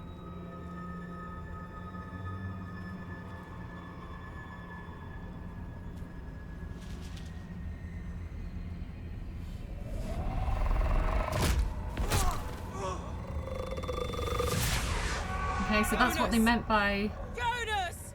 the shadows have teeth, I think. Where are you? Yonas? Can you see our torches? I can't see anything. Something's wrong. It's so spooky. Follow my voice. Come back to the light.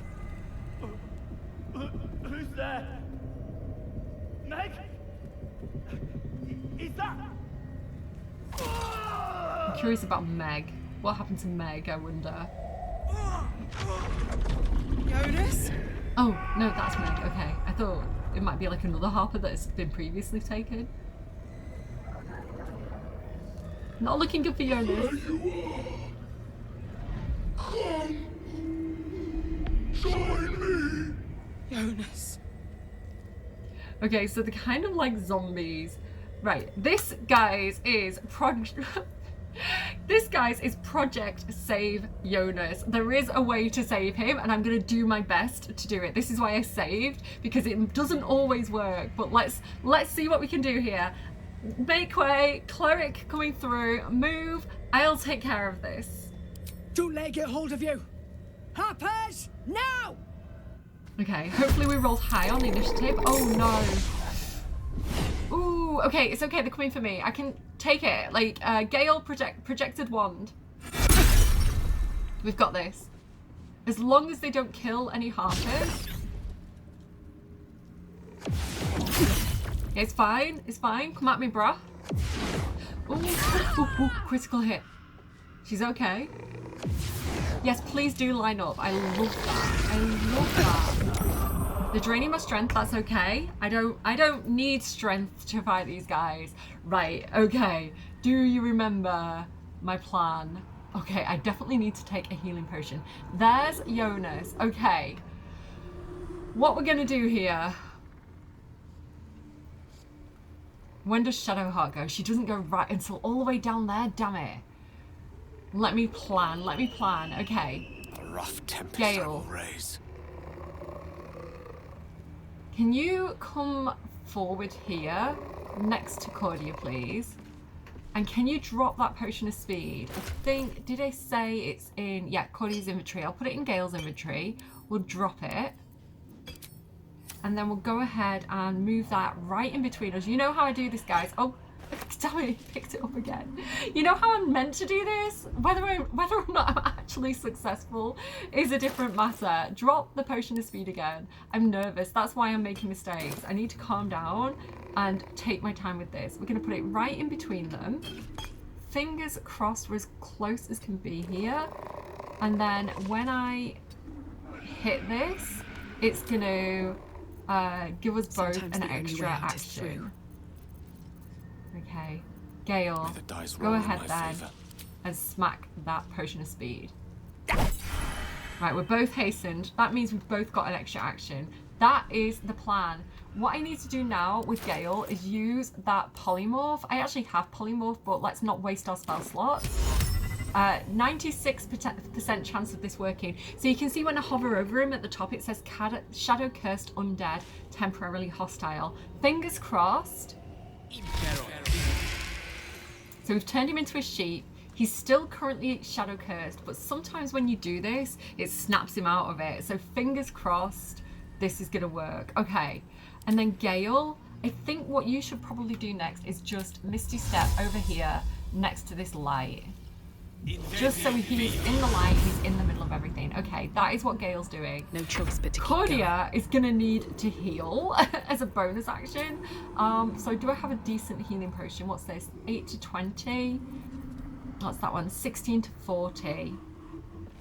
Yeah, go ahead and use that. Fully healed, let's go.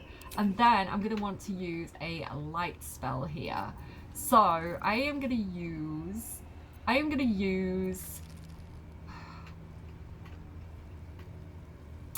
I think I can probably get these 3 with a sunbeam. So where is that scroll of sunbeam that Gale had? There it is. Cast spell. And I can get, yeah, I'm getting 3 of them, right? I am getting this one, these like little things are highlighting. I don't want to get the Harper. So if I'm careful, I should be able to get 3 of these creatures with a sunbeam. Get wrecked, bruh! So you can see when they die, they actually turn into these shadow vestiges. Let's focus on surviving first. We will be able to kind of like read those for info. The great thing about this is I can recast it. So now I can go ahead. Oh, I could potentially try and get 2 of them. I'm a little bit worried that I'd get the Harper if I did that. Yeah, it doesn't reach, and I would be getting that guy as well. Okay, let's just do it on an angle then. And let's get rid of this dude. 60 damage. So they are actually vulnerable to radiant damage, which is why I'm using radiant damage on them. Yeah, let's get in the mix then. I do want to protect these guys as well. They do have light at the moment, but I don't know where they're going to run. I don't want them to run into the darkness. I am a little bit concerned about this woman here, Harper Megan. I don't want her to go down, so I'm a bit worried about the shadow here. Hopefully she'll be safe. I hope she doesn't make a run for it. It's such a shame that I don't have my bonus action anymore because I could have sanctuaried her. Okay, guys, pray for Harper Megan. If she goes down, we're restarting. Shit, the shadows took you. Okay, she didn't make the mistake of running from the shadow. And this guy looks like he's coming for shadow heart, so we're okay. That's all right, we can take that. This little sheep can't really do very much. Don't run into the shadows, mate. Don't run into the shadows. Stay in the light. No, he's running into the shadows. Stupid man. Okay, that's all right. I have a bit of a plan here. So, who do we have? We have that guy there, and then I think there's one near us as well, isn't there? Yes, there is. So, Will, what do you have, Will? Let's go ahead and... He could do a Divine Favour, but I reckon he's got this with a Divine Smite. It does quite a decent amount of damage, especially if we upscale to level 2. We've got advantage, 91%. Come on, Will, don't let us down here, buddy. Let's go. Oh, you missed! Of course he bloody missed. Crying out loud, Will. What am I going to do with you? So in that case, I'm actually going to get him to teleport, hopefully all the way over here. He can't get there. I'm trying to keep this guy alive, you see, because he's stupidly gone out into the Shadow Curse. Right, in that case, I think just... Oh, what should I get him to do? We could try and Shield of Faith, Harper Megan, but she is far away. Let's... I think we're just going to have to risk it for a biscuit. Will does have light though, doesn't he? Like, he is radiating light. Yeah, let's get over here as far as we can. And then, can I run over here? I'm going to take an attack of opportunity if I do that, but I'm just going to do it. Making my move. He missed. It's fine. Then I can... Yeah, now Will, with all his glowing radiant paladin light, he can stand next to him and keep him alive. Okay, we've made good choices, I think. What are you going to do, Harper? Harper Lysandra. Okay. Did that work? So he is no longer polymorphed, and Harper Yonas is no longer temporarily hostile. He is yellow. He is not red. That means he's neither friend nor foe to us. He's snapped out of it. The Shadow Curse has gone. He is no longer like what is it? Shadow... Is it Shadow Cursed? I think it's got like a different thing, hasn't it? He is back to being human. He still looks a little bit Shadow Cursed. He still looks a bit zombified, but he is okay. He is cured. Okay. Shadowheart. Baby girl. Which one goes next? That one. Okay, I want to get him then if I can. Shadowheart, can we please, like, level 3, not enough movement. All right, come down here as far as you can. And then we're gonna go ahead and level 3, guiding bolt, 85%, don't miss.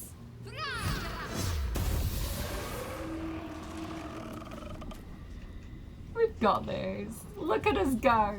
I am going to go ahead and I'd like to sanctuary the girl who is injured, Harper Megan. I can't reach her, unfortunately. Okay, what's that? A Drake caster. Cantrips targeting foes can make an additional creature. I can't do it as a bonus action though. We've got this. We're fine. We've got this. We can do this. I can sunbeam again, so I reckon... Oh no, look! Basket's in the way. Wait, hang on. Why can't I see him? Why can't I see that guy anymore? Why is he hidden? Right, hang on a second. Basket. No. Basket, could you come down here into the light, buddy?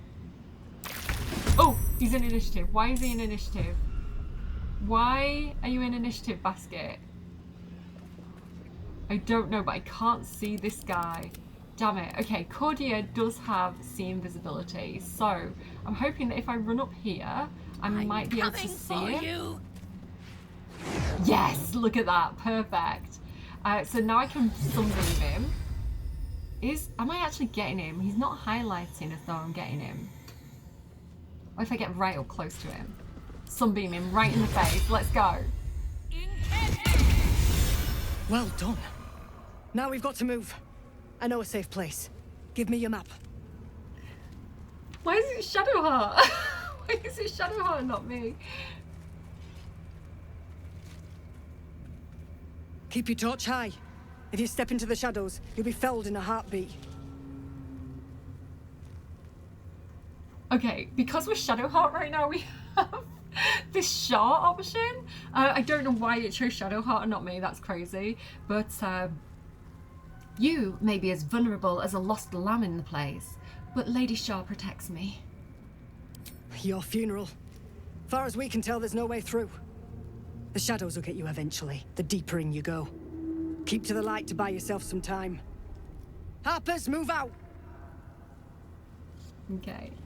So, yeah, we'll follow... Oh, no! Gale's getting shadow cursed. It's okay, Gale. I'll cast my light cantrip.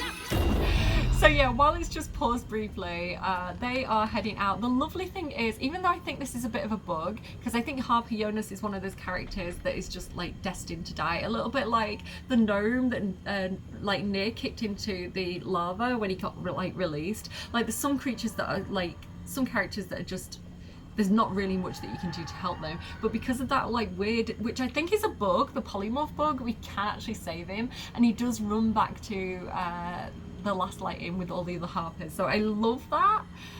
Yeah, really happy with how that went. I was a little bit worried about was it Harper Megan, the one that got a little bit hurt? She's healed now, she's fine, and I was worried about Harper Yonas also kind of succumbing to the curse, but I did everything I wanted from that scene, so I'm really happy with that.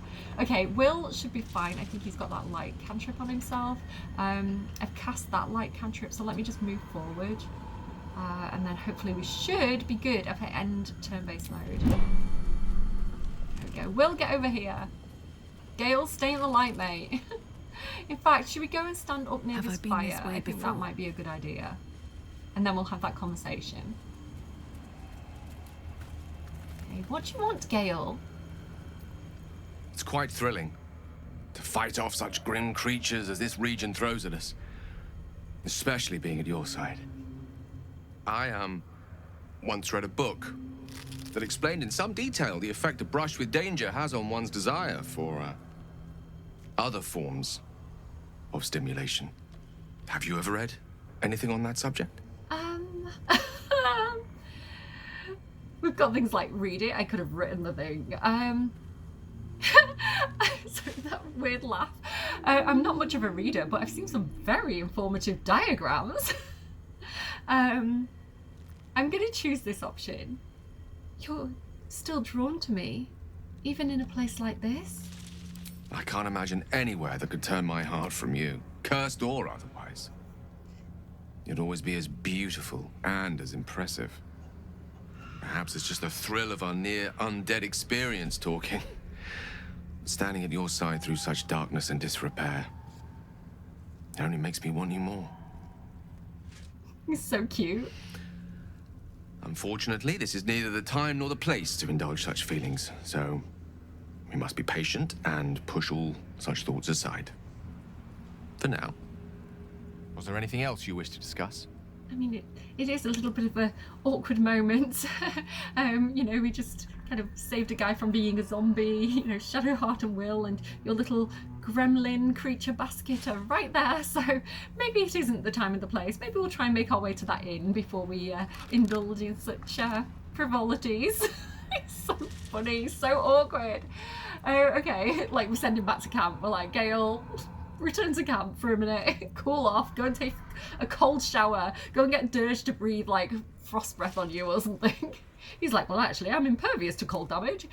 Okay, so I'm glad that our romance with Gale is progressing slightly there. We do love a little bit of Gale.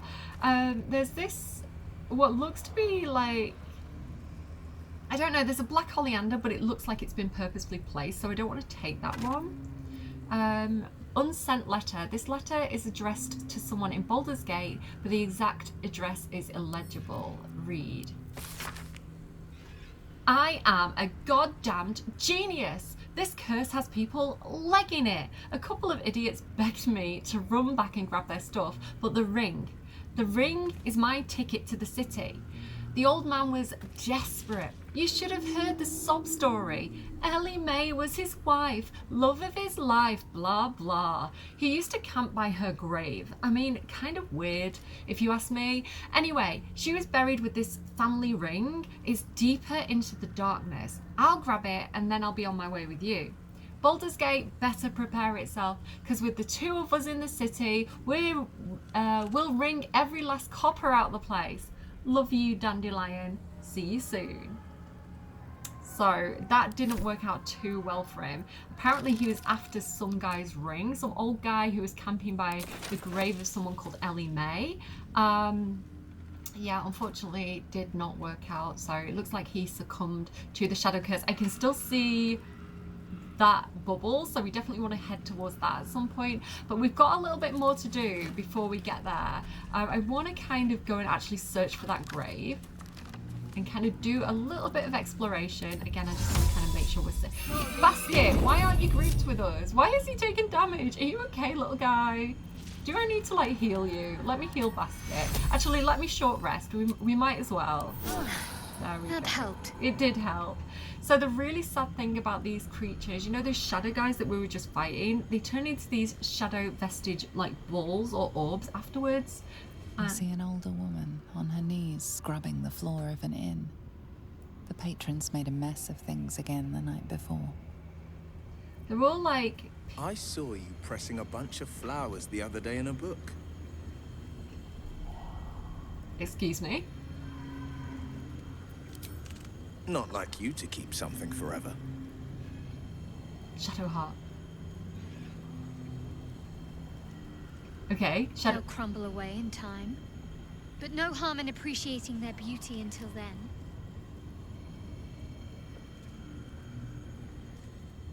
That's the night orchids we gave her.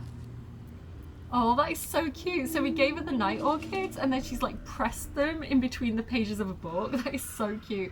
Yeah, so these shadow vestiges, these are people. These are like people who got taken by the shadow curse, and they still have these like memories attached. You see a man stalking slowly through the woods, bow half drawn.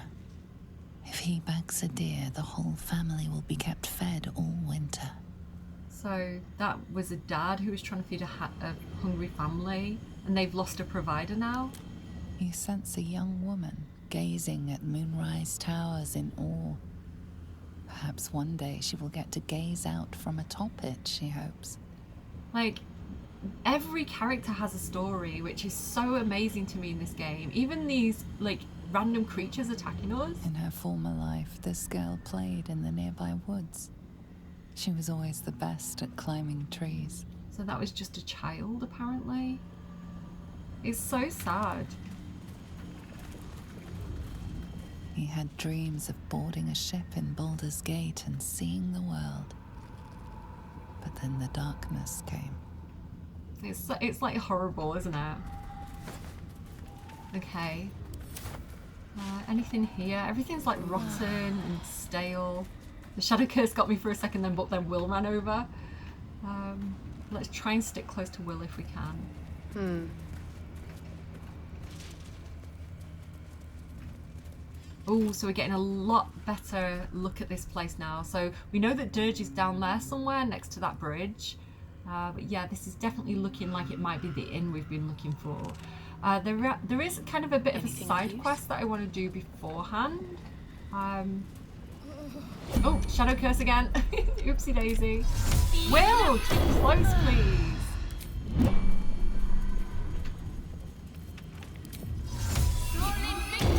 Anything over here? No.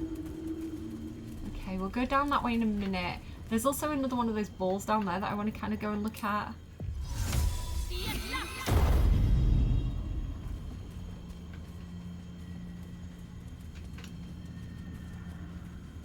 The image of an orange-haired cat asleep before a fireplace comes to you.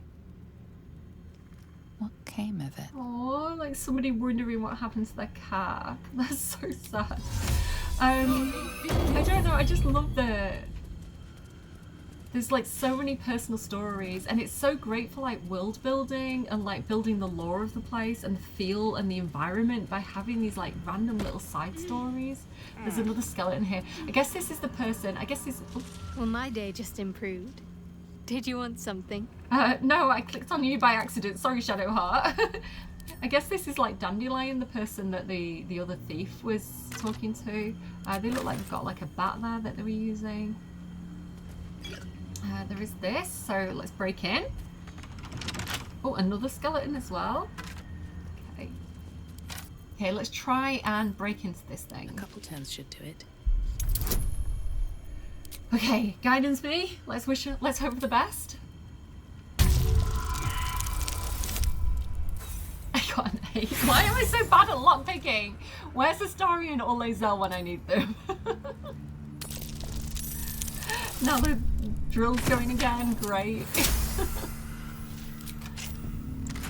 Okay, we've got some stuff. Cool, let's take it. I want to have a look up this way because I did see a light in the darkness over here. Like, it could be one of these camps.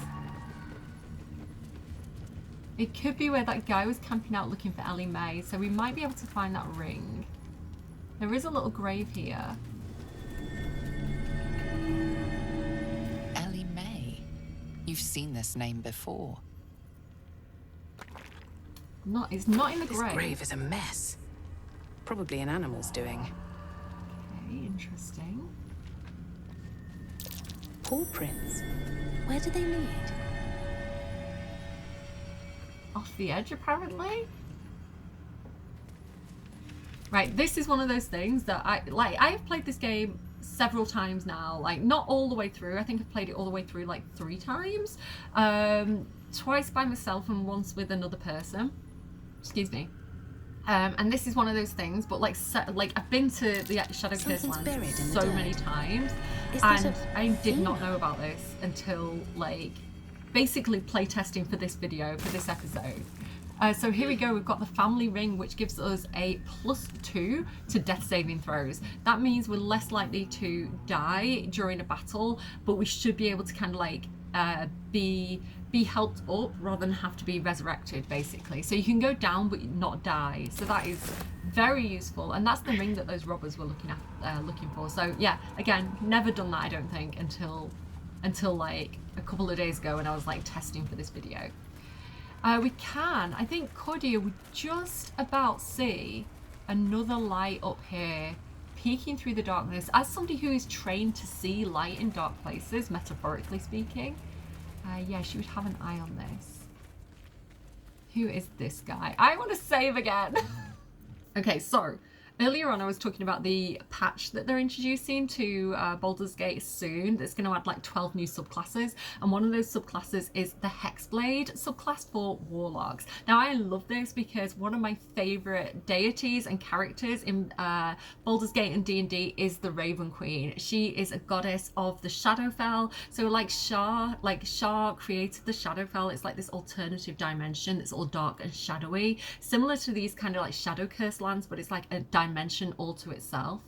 And so this area is kind of like the Shadowfell is creeping into this area basically.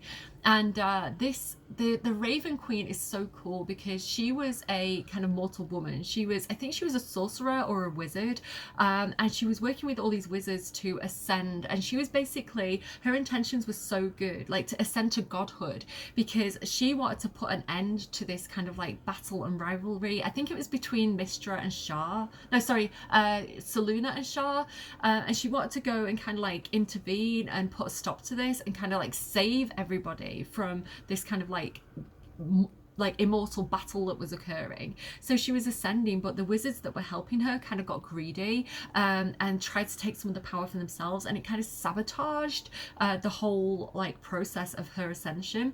And yeah, she did manage to ascend to godhood, but she's this really, the Raven Queen is this kind of like unknown secretive goddess that people don't really know a lot about.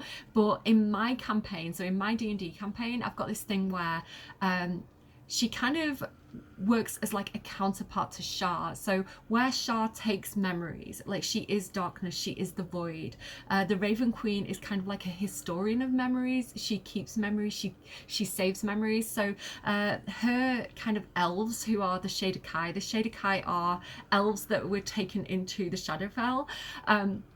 The Shadowkai go out and kind of like the Hexblades, and they go and find important tokens and mementos of memories, and they take them back to the Raven Queen for safekeeping so that they're not lost to kind of like Shar's void.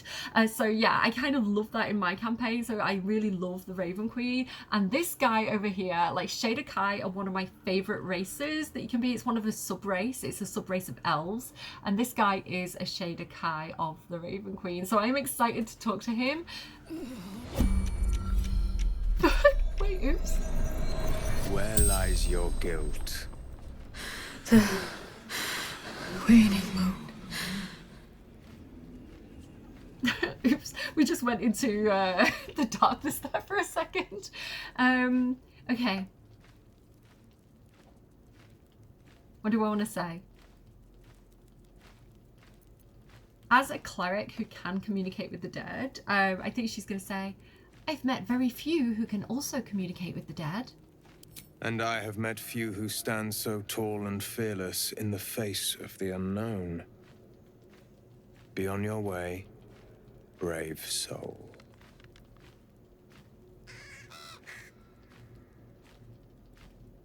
A fair point. Perhaps this one could assist us. I've got Speak with Animals on. I should know what she said. The murdered lie silent. The raven asks, will you be their voice? Well, I can do Speak with the Dead, so that is something that I can do. I'm excited. I really would love if Baldur's Gate would add Shadowkai as like a proper subclass for elves. I would love to play as a Shadowkai of the Raven Queen. That would be so much fun to me, with like a pet raven. Anyway, we do have a Cleric of Illustory option. I will always seek justice for the wronged. Then you and I were fated to meet. This woman tended a bar where she took her patrons, her friends, into her confidence. Promised their secrets were safe with her. That's lovely. Yet she turned their words into knives and stabbed them in the back. Oh dear. They died because of her. And to this day, her victims lie unavenged. Oh, that is so sad. So we do have another cleric of Illustri option. Her soul has departed for the fugue plane, to be judged and lost forever. What more could she pay? Another thing is, like, I'm excited because I'm gonna be able to like make some of my characters in the game. One of the subclasses is a cleric of the Death Domain, and I think one of my characters, Lord Lionsbane, is a cleric of the Death Domain. He's a cleric of Kalemvor, so that'll be like a really fun thing for me to do when we get that update as well. Okay. Yeah, I like that option. Her soul has departed for the fugue plane, to be judged or lost forever. What more could she pay? The fugue plane is no obstacle to one such as I. I seek a record of this one's crimes, written in her own hand. Through it, I can summon her spirit and force her to face trial for her crimes. I'm gonna say, why would you do that? My reasons are of no consequence. Your soul sparks with justice, with fortitude. This is your chance to bring a murderer to justice, to avenge her victims. Will you take it? Well, it does sound like something I would do. I will. What must I do? I thank you, as do those who died by her words. Go to the distillery, the one she calls the Waning Moon. Find the ledger, and bring it to me. Very well. Yeah, we're getting a bit shadow cursed out here. So we've got to find a ledger at the Waning Moon, which is written in her hand. It's like a diary where she confesses her crimes. That we're not going to do that today, but just make a note of it that that's one of our missions. Okay, that guy is pretty cool. Look at this like bird trapped in flight. I want to go and talk to. I want to talk to the bird, basically. Why am I being shadow cursed right now? There we go. Okay, everybody get over here. Exit turn-based mode. I want to talk to the Raven. You can leave. Can I click on her? Ah! Everyone hates you. Excuse me? You're disgusting, ugly, loathsome. You should just shut up and die. Pathetic. What was that about? Excuse... What? Pardon? Still alive? How disappointing. Oh, well, I never. I do want to just click on him again. This one is a murderer who walks free. She deserves to be punished. Or will you deny her victims peace? Calm down. You're very intense, sir. I want to trade with him because he has this little letter, return at once. And I want to see what the deal is with that. Let's go ahead and give him a couple of bits and pieces. I don't really need these things, so yeah, I might as well like go ahead and give him those. I kind of want that back. Yeah, more than the value. Let's barter. I'm gonna just leave because I don't want to get into conversation right now. And then yeah, we can have a look at this. So return at once. He who was, that's his name. What ails thy mind? The queen was clear. A full retreat to the Shadowfell with all due haste. You beheld the fate of Lover's Whisper. After a 10-day in the darkness, she knew not her name. So they're going mad. The Shadokai who are out here are going mad, and the Raven Queen has recalled them back to the Shadowfell. And he's not obeying orders, apparently. These lands are rich in tragedy and memory, but our minds are vulnerable to the malignant curse. Lover's Whisper strangled her own raven this morn. Her raven. The queen was incensed at the loss of her child and struck Lover's Whisper down, as was her right. Return at once, or I will be forced to report your dissertation. Of Thine Will. So that's another one, that's their name, Of Thine Will. They've got funny names. So yeah, the Raven Queen is interested in going out there and getting things that are rich in tragedy and memory. The ravens are protected by her. So yeah, the fact that Lover's Whisper went crazy and murdered her own raven, like the the Raven Queen is not happy about that. And this guy is basically out here freelancing, disobeying orders, and I don't know if that's going to go down very well with his goddess, quite frankly. But yeah, really interesting character. And we have this Madeline as well. I can't pickpocket her, unfortunately. He'll get mad at me, and I'm not looking to get into a fight with he who was right now. I want to go and do that mission. Oh, I'm going to have to also cast this before I get bloody cursed again. Okay, let's keep going. So I think now we should probably start heading back towards the Last Light Inn. Sorry, it is a bit of a faffy way of doing this, but probably the safest way. We are quite close, so yeah, we'll follow the Harpers and kind of head out over there. So let's go around this way. Is there anything around here that I haven't... Oh, oopsie daisy. I was going to say anything around here that I haven't collected yet. Not currently. I'm starting to get to that point in the video where my tummy's starting to rumble, so hopefully we're not going to be too much longer. But let's keep heading out into this very, very spooky darkness. There's something on the ground over here. It looks like another raven, so we might be close to... That bird had been corrupted by the shadows. Would be wise to leave it alone. That may explain, if this is the raven that belonged to Lover's Whisper, that would explain why she murdered it, because if it was affected by the shadow curse and it attacked her, that would make sense. It does say leave the raven alone, but I kind of like doing this, so let's touch the raven that we're advised not to.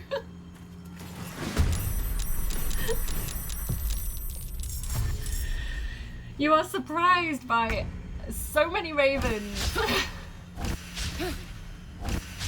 They're trying to blind me, but little do they know one of my eyes isn't even real. Oh, Gale. Luckily, oh no, they took out Basket. Sorry, Basket. Luckily, for the most part, they do miss. But then I get to do this with Shadowheart, and again, Shadowheart is if she starts out like weak in the beginning, you know, like constantly missing, she gets really strong. Because look at this, if I do Spirit Guardians now, look at all these ravens. Just watch this, guys.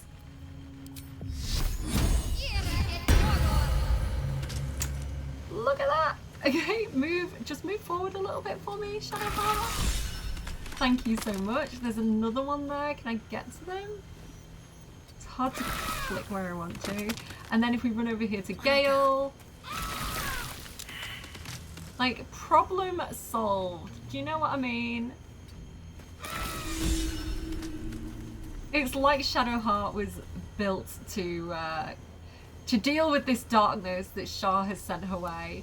So most of these don't have anything in, but the original raven that I wanted to touch does, and she has a letter, help, a plain unadorned note. So this says, this letter is written on a scrap of paper. Blood and age have made it near illegible in parts. Help!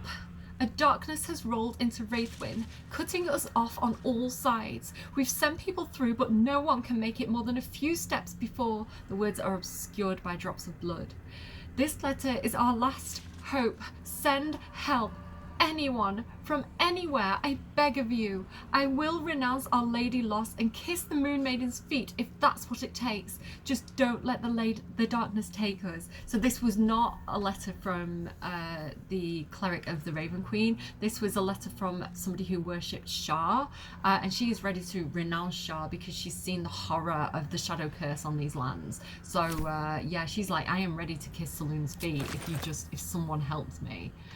So people were getting very, very desperate as the curse started to roll in here. And I do believe that this place has been cursed for quite a long time. They should all be running. I think Halsin said. Traveler's Chest, not much in there. I do think we should like hightail it into the Last Light Inn now. So luckily we are right there. Oh, Shadow Curse is back. Oh no! Yeah, here we are. So, and I can also see... This place is protected. Must be the refuge the Harpers spoke of. Let's confirm that. For a warm bed and full stomach, look no further. Welcome to the last light inn. We've made it, guys. We've made it to the last light inn. I am gonna exit turn-based mode. Come on, everybody, let's head in. This is where the Harpers said they'd be, I think. No shadows here. Something must be keeping it at bay. Maybe this big, massive bubble. So just a reminder, like, storytelling-wise, Dirge would be over here, kind of seeing Cordia heading into this place. So here's the guy that we saved, Harper Yonas. He does look kind of freaked out, but it looks like the curse is lifted. He doesn't look all like scabby anymore. Yeah, I'm really happy that we were able to help him. And here are the Harpers. Here's Lysandra. Let's talk to her. This is heavy. You there! Step forward and guy keep is in your the way. hands off your weapons. Easy. She's with me. Come. Jahira!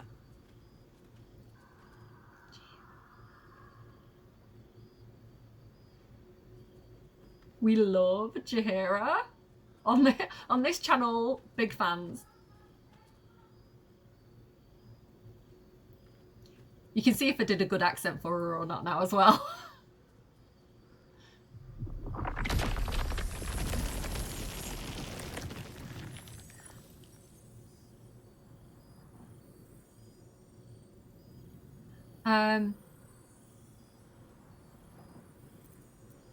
I like this option. Just this once, I wish people would simply say hello. Hello. Love her. Love her so much. Mother. And again, like, good representation. My thing with Jahira is they do make a lot of old person jokes at her expense. I feel like there's a slight ageism towards women in Baldur's Gate that I think is a little bit unfortunate, but at the same time, like, I think Jahira is so fun and she's so willing to kind of like laugh at herself. I love her so much. And I love that one of the heroes is like an older woman as well. Like, credit to them for that. Anyway, I saved your soldiers and this is the thanks I get. Kindness is too often a decoy. Good point. This is why we're here, you see.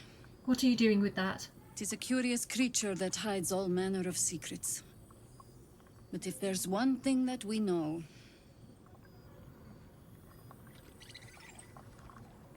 it's that it knows its own kind.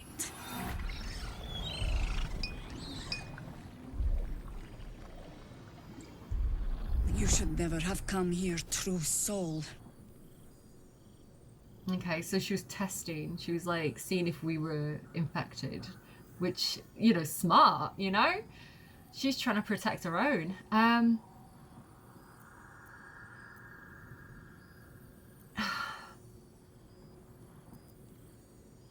do actually like this Cleric of Illustry option because just accept your fate, just roll over and die. I like the Cleric of Illustry option because if she thinks we're praying to the absolute, like, we can show her that we're not, right? Call upon the Lady of Dance for salvation. A pathetic deception.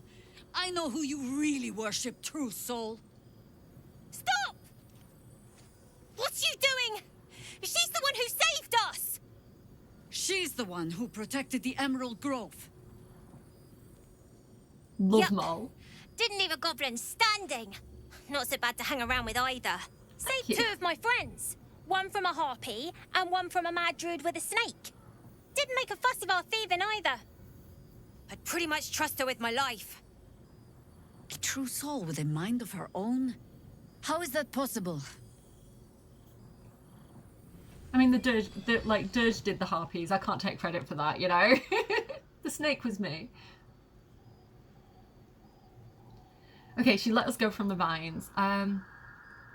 We don't know her yet, right? We're not best buds, so I don't want to like give the artifact away. Like, I feel like that's something we should keep a little bit private for now. And I feel like she might like, I work in mysterious ways. Enlighten me. Now.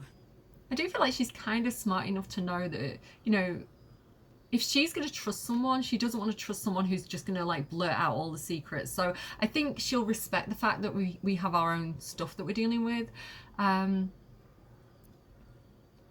know it's hard to trust anyone right now, but believe me, I am absolutely not an absolute cultist. Guide me, guys. Now is the time. I need it. I'm also going to use Shadowheart's Eagle Splendor. I'm not going to use friends because I actually do want to be friends with Jaheira, so I don't want to use like a forced friendship spell on her. We've got advantage. DC is 21, so definitely come on, guys. Do guidance at the screen for me. Oh no, that does not look good. This is why I need those books. Okay, we're going to have to roll again. That was bad. Guidance, guidance, guidance. Come on, guys. Oh, we've done it. I think this is it. I think we've done it. 18. Yeah, plus 3 is 21. Yeah, we've got this.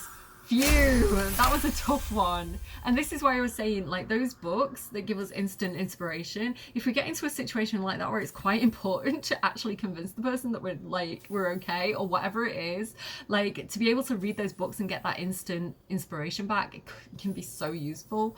Okay, we did it. Let's go. Congratulations. You've earned yourself the benefit of the doubt. Thank you. Hear me, Harpers. All clear. At ease. I'll not pretend to understand why you, the enigma that you are, suddenly crossed our path. But I'm old and wise enough to recognize a sliver of hope when it crawls out of the dark. Tell me, why have you come here? I mean, the fact that I'm in like a saloonite robe praying to Illustory. I like that she called me like a sliver of hope in the darkness. And again, like being a cleric of Illustory is associated with the concept of hope. So I feel like that's really lovely and complimentary to Cordia to be called like a sliver of hope in the darkness, a sliver of light in the darkness. And she recognizes that about us. I love that like storytelling there. Okay. I do really like I'm Here on Holiday, and it can get you approval. I think Astarion approves if you say this. I do like it, but I feel like we should be a little bit more honest with her. She knows we have a parasite, so I'm going to say, I just want a cure for the parasite in my head. Moonrise Towers is my only lead. Then our interests align. We must all cure ourselves of the entire cult of the Absolute. There's food in the inn over there. Beds too if you require rest. Aloe oil in the cupboard, in case the vines gave you a rash. Settle in. Then come join me for a drink. You may just be the godsend we've been praying for. My tummy rumbled, but goddess send? Excuse me. Illustory sent me, no god. So we're gonna have to unfortunately... lurking in its cursed gloom. So, wasn't this? Glimmer of hope amidst the darkness. That's me! That's one way of looking at it. You could also say it's a prime target. The one pocket of light in the gloom. That's also true. Oh, pragmatism. Thy name is Shadowheart. You're not wrong, though. Best we keep our sojourn here to a minimum. Yeah. Okay. I love the Last Light Inn. I'm so excited to explore it. I'm sorry, Harper Jonas, you're gonna have to hang out there for a little bit. Let's see what this place is all about. Harper, Alifa? I think staring out into the dark so much is doing something to my eyes. Seeing shadows? Yes, me too. This guy, Harper Donna, I think he's got like a really, really unique thing where if you are playing multiplayer and you've got someone at Emerald Grove at the same time as defeating everybody at Moonrise Towers, like this guy comes and gives like an announcement, but other than that I don't think we see him very often. I think it's him. Okay, let's talk to him. Jaheira seems sure of you. I hope she's right. This barricade might keep the shadows out, but it won't help against what's already inside. Is there anything else I should be worried about? You say that like you've had experience of such things. This guy, Harper Dara?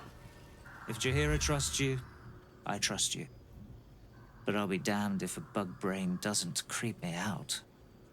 Understandable. It kind of creeps me out a little bit to have that thing wriggling up there as well. Oh, there's another guy here. God's blood, this is heavy. Discussion. Never thought I'd see the day Jaheira shows mercy to a true soul. Or whatever it is you are. My tummy's rumbling. I'm so sorry, guys, if you can hear it. There's this quartermaster tally. I might talk to the traders in the next video. So I know some of you are excited for a certain trader that's over there to talk to a certain person. I'm going to do that in the next video for reasons, and I'll explain that later. Oh, saving. I don't know if that's a good sign or a bad sign. Hi, Harper Esius. Hey, that's close enough. Flaming Fist. You ain't no Harper and you ain't no Fist.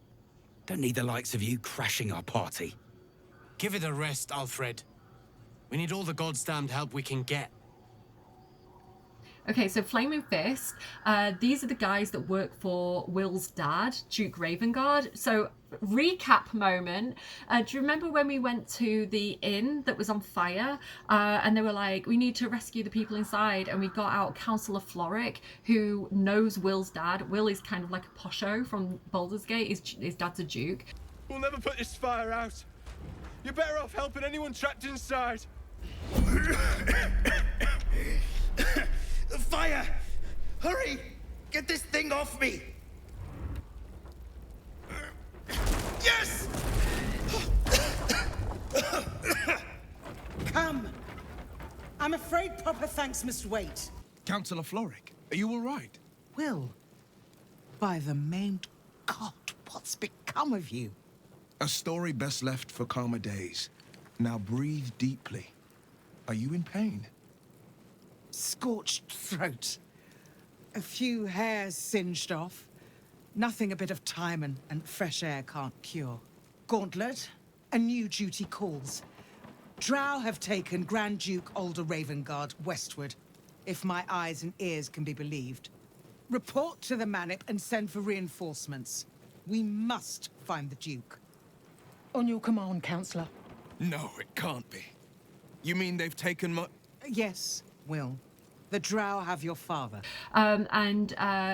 Apparently, when the goblins and Minthara and everybody raided that inn, they took Duke Ravengard hostage, and they took him to Moonrise Towers. So we are actually looking for Will's dad currently as well. So the Flaming Fist are the kind of like police from Baldur's Gate in a way. You could look at it that way. And what party is it that I'm crashing? Rescue party. Not that you'll give a triple shot damn, but we were ambushed by them bloody cultists. Bastards torched the pigsty we were staying in and made off with the Grand Duke of Baldur's Gate himself. The Absolute's taken him then. No question about it. We knew this, Will. We already established this, like in Act 1.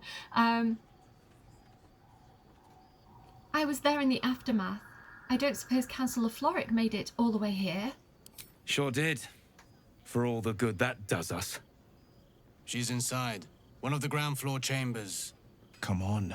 We need to talk to Florrick. Guess you need to be a goddamned councillor to get room and board around here. Well, it is a small place. She's an important lady. God, he's very whingy, isn't he? Anything else to say? Gods, what I wouldn't give to be back in the gate. Place like this makes you miss home, hey? It does, that's true. Let's head inside then and go and look for Councillor Florrick. There's a couple more guards. Harper Callie. Free as you are, this is no time for a natter. Head on into Last Light. I like you. You should speak to Karlach. Okay, who's this? Harper Tumaril? Let's head inside. There's food and warmth to spare. Excellent. I love both of those things. The Last Light Inn does not permit the bearing of arms. For the safety of all patrons, please leave your weapons at the door. There's a lot of chatting happening right now. I can hear Jaheira. She's got such a cool accent. I love the actress as well that plays Jaheira. She's so fun. Oh. All taking our clothes off. This could have been you. Two can play at that game!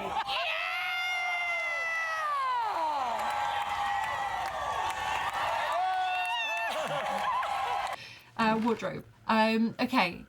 we've got aloe oil, a teal slim fit outfit. I think this is the outfit that I've got on Gale or something similar. It's the first nice outfit that we've actually found, so I'm taking it. Just because I want to get people out of their rags and get everybody looking a little bit fancier as we kind of continue playing. And there's this big bear, Dormark the Wicked. I wonder if he's friends with Halsin. What a vicious-looking creature. I swear its eyes are following me. Oh, I'm sad that we missed the check. Maybe we can get Halsin to have a look at that. Okay, so Castle of Floric. I don't want to show too much of what's behind me. There's a lot going on. But let's kind of make our way this way.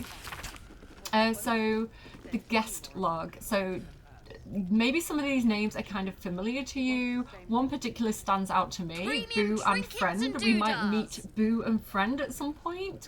Yeah, Art Colour, also interesting name to note. Let's keep looking. So this is the room that we want to go in right now. Let's see what this does. But Baldur's Gate can't. If you have an alternative in mind. Okay, so here we are. There's Castle of Floric. Let's have a little bit of a look around and see what we can find. Just because sometimes, ooh, I meant to read that and I took it. So sometimes like reading stuff will give you like more dialogue and stuff. So I just want to kind of like check out the surroundings. That was something about the River Corinthar. Harper's testimonial. A Harper testimonial, the last stand of Ketheric Thorm, chosen of Shah. The pursuant text describes a battle between Ketheric Thorm's faithful and a magical Harper forces. There's a lot of background noise. I might turn it down for you, but it's hard for me to concentrate. I don't know what magic the Dark Justicia summoned to our plane, but it came from the Weave, and then let it be cursed for eternity. For 3 days we sieged the towers. For 3 days their deadbolts cleaved our ranks. And on the 3rd day, as his men and women began to fall, Ketheric entered the battle. I'm worried that the companions are talking. But I think it's just Councillor Floric. We don't even know if he'll ever recover.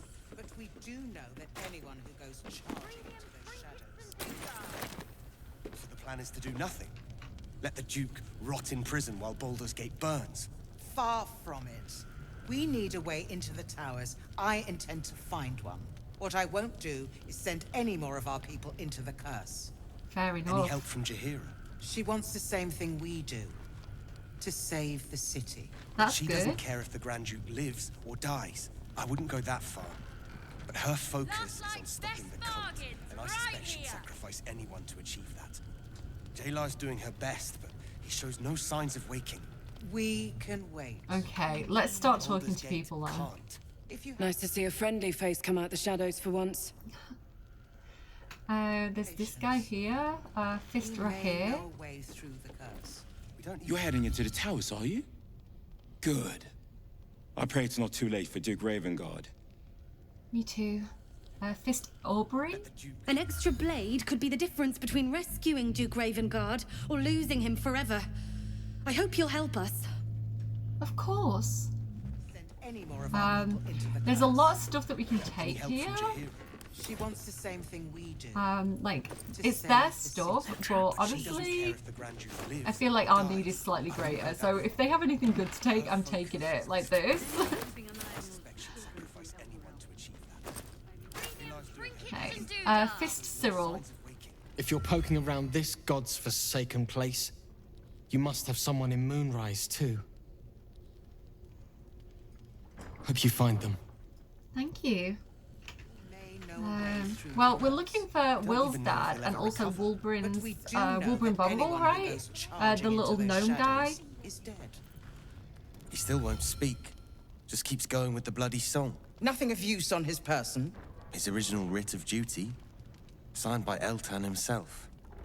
Fella must be one of the very first Flaming Fist. He must know something. Let's not give up on him yet. Floric. Will? Gods, please, no. The Blade of Frontiers was supposed to be my secret weapon. What do you mean?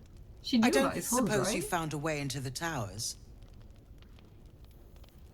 Like, wasn't he changed before we met Floric? I'm sure he already had his horns by the time we met her. I'm not sure, actually. I don't suppose you found a way into the towers. not... what's with the fellow in the cot? So they were talking about waking up this guy who was like an original flaming fist. Isabel cleared this place, and he just appeared. Isabel? We think he's staying at the inn when the curse fell, which means he's been trapped inside for a century. It beggars belief he's alive at all. Hopefully, he'll come round. Tell us something useful about getting through the shadows. Right now, he seems to have little more to him than a refrain from some song or other. So somebody called Isabel cleared the shadows from this place, and when she cleared the shadows, he kind of popped out as though he's been stuck in the shadows for 1,000 years. And what can you tell me about this Isabel? Cleric of Selûne. She's got a room upstairs if you want to meet her. Just don't interrupt her while she's doing whatever it is that keeps this place shadow-free. Okay, that seems wise. Maybe I can assist. I'm also a cleric of light. I'd like to talk to this man, if you don't mind. Wouldn't we all? I'm not even sure he's fully conscious, but feel free to say hello. Maybe a new face will inspire him. Unfortunately, I won't be here when he comes around. I'm heading to Baldur's Gate to seek reinforcements. The Council sent a carrier pigeon with news that the city has been dealing with absolutist attacks.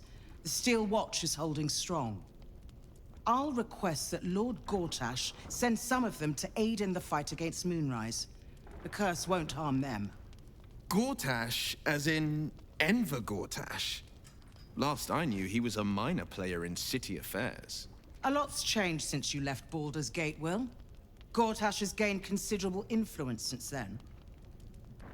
This guy that they're talking about, Gortash, that is the guy that Karlach was friends with. Yeah, I don't know if you guys are going to remember this because it was such a long time ago that we had this conversation with her back at camp. It was like one of the original conversations we had when we first picked her up. So yeah, so she was really good friends with Lord Gortash. She was kind of like a renegade child. She was kind of a bit wild, and yeah, she befriended this guy. He was a bit of a wheeler dealer, she said about him, and now he's a lord.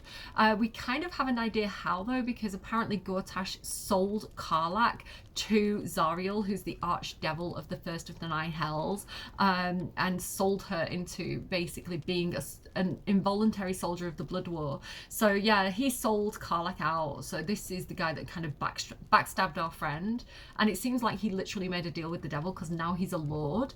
So we know about Gortash. We don't have to ask about him particularly. We have this option, you're leaving while Duke Ravengard is still captive in Moonrise, but she did tell us that like people just keep dying in the Shadow Curse, so she's going to go to Baldur's Gate for reinforcements and come back, which makes a lot of sense. We don't know what the Steel Watch is, so let's ask about that. And what are the Steel Watch? The Steel Watch are the future of warfare. Gondian automatons that can be sent into battle without risking any lives, except those of our enemies. Lord Gortash had only completed work on the prototypes before Ravengard and I left for Elturel, but even they were formidable. With the Steel Watch at our backs, we can storm the tower whatever Ketheric throws at us, I'm sure of it. I'll do my best, but there's every chance I'll fall to the curse or the cult before I reach the city. Don't count on me and assume no aid is coming. Work with Jaheira. That Harper's mind is as sharp as her blade. Follow her guidance. Sharp as her blade. Farewell. Follow her guidance. We'll meet again, God's willing. I love that about Baldur's Gate as well. Again, not to compare and contrast too much, but I find like in Dragon Age the characters are very stiff as they're talking, where the characters in Baldur's Gate have so much character. The way she talks like a politician, you know, is great. Okay, so she's going to go and get this Steel Watch to help us storm Moonrider's towers. It seems like a plan. It seems like a good idea. Fist Thadwick, what do you have to say? We're discussing fist business, and you're no fist. No, but I'm with the son of your commander, so surely that gives me some credit. A bit rude. Yeah, so we can like dig around here a little bit more. There's quite a lot of stuff to possibly take. Which, again, if they're heading back to the city, they can restock their supplies, they can get more clothes and things like that. We need them. We're possibly heading into Moonrise Towers. This is the guy, but let me just quickly check the room first before we talk to him. Ooh, Swarthy Wayfarer in red. That might be cute on Will. We'll take it. What else as well? Yeah, I think our needs are slightly greater at this point, so they can deal with like us taking a couple of potions and a few clothes off their hands. Another backpack, okay. And nothing's red as well, like they're quite okay with us taking this stuff, so don't mind if I do. Okay, here we go. So let's see what this guy's deal is. Let's talk to this lady, Fist Jalar. Flame colour. That's your name, isn't it? Art colour? I'm Fist Jalar. Nathaniel and me climbing up a tree. We need you, sir. One of our own's been taken, a Grand Duke. You might know something that could help us bring him back. We found him out in the shadows, just wandering. Nothing survives out there for long. Don't know how he made it, or where he came from. This is no physical ailment. It is a spiritual malaise. The man's mind has been gripped by the Shadowfell, yet it has not broken.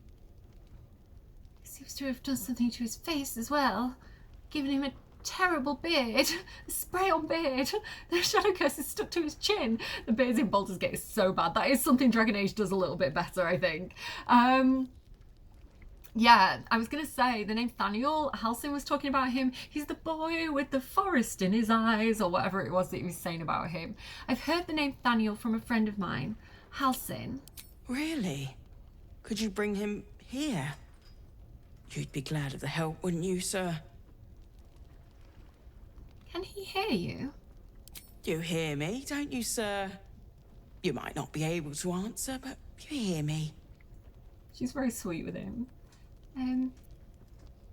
What's wrong with him, in your expert opinion?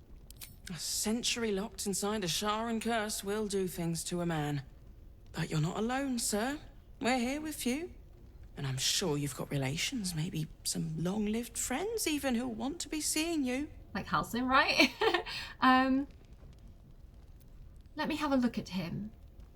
If you know how to get through to him, don't hesitate. Okay, we've got some options here. Ooh, try to commune with the man's soul. Look for signs of errant magic afflicting this man. It just told us that he's like affected by the shadow curse, so offer. I think this cleric wisdom one might be interesting. I don't have good wisdom though. Yeah, I'm actually stronger on sorcerer arcana, so look for any signs of errant magic affecting this man. Let's try that then. Guidance me, guys. I've got advantage. Yeah, we've done it. Perfect. He spent a long time in the Shadowfell, a Sharan realm without colour or light. It's had a terrible effect on him. His mind lingers in the Shadowfell, but perhaps it can be returned. We need to remind him who he is. Some personal effects, maybe. Lost in the shadows all this time. He must have left some part of himself behind. Something we can use. Maybe we can like speak to the Raven Queen. Like this is where, if I was doing my D&D campaign, this is where the Raven Queen would come into it, like to kind of like get a memento back off her to restore their memory. That's kind of how it works in my campaign. Did you already check for personal effects? This was in his pocket. He doesn't seem to have any reaction to it now, but he held on to it for 100 years anyway. Okay, we'll have a look at that in a minute, I guess. Look closer at him. There may be something you missed. Investigation. I don't think I'm too high on this. I'm not too bad, actually. I'm not going to take Fox's Cunning. Let's just hope we can do it. Yay! His fingertips sport calluses and toughened skin, as if from manual labour, or playing a stringed instrument, perhaps. Interesting. Flame colour. Do you know where you are? If he does, he isn't saying. What if I shout louder at him? Will he hear me better then? I was making an insensitive joke then, guys. I'm aware of what I'm saying. Let's leave. Okay. Some parchment there. Looks official. Some parchment where? What, in my pocket? What do you mean, where? Am I being stupid? Okay, maybe I picked it up. Worn letter, a plain unadorned letter. Assignee, art colour, rank, flame. Objective, to obtain information about current activities in Moonrise Towers, but this was like 1,000 years ago, this isn't current, and its environs, headed by Ketheric Thorm of the region's ancestral Thorm family. Orders, take lodgings in the Last Light Inn and begin investigation into the House of Healing. Reports indicate corruption, but no corroboration has yet been obtained. Note, the region's Thorn family are a long-standing devotees of Selûne, but rumours indicate a Sharan enclave might be gaining momentum. My nose is clicking for some reason. Investigating report, signed Grand Duke Eltan. So we do know actually that even though the Thorn family were long devotees of Selûne, that I guess the Sharans got to them, because we know that Ketheric was working for the Sharans and he built that entire like Grimforge structure in honor of the goddess. So yeah, that's a bit of history we've got there. What's this here? Burlap sack. Oh, it's literally just the sack I picked up a minute ago. I'm stupid. Okay, well, I guess we need to go and talk to Halsin then, and then I suppose if we want to help this guy, we need to go and check out what was it called, the House of Healing. See if we can find any of his like personal effects there. He does look like he was injured. He's got this bandage, so maybe he visited the House of Healing at some point. Okay. All right, I think I'm gonna head back to camp, and then this is gonna be a longer episode, guys. It's getting good now.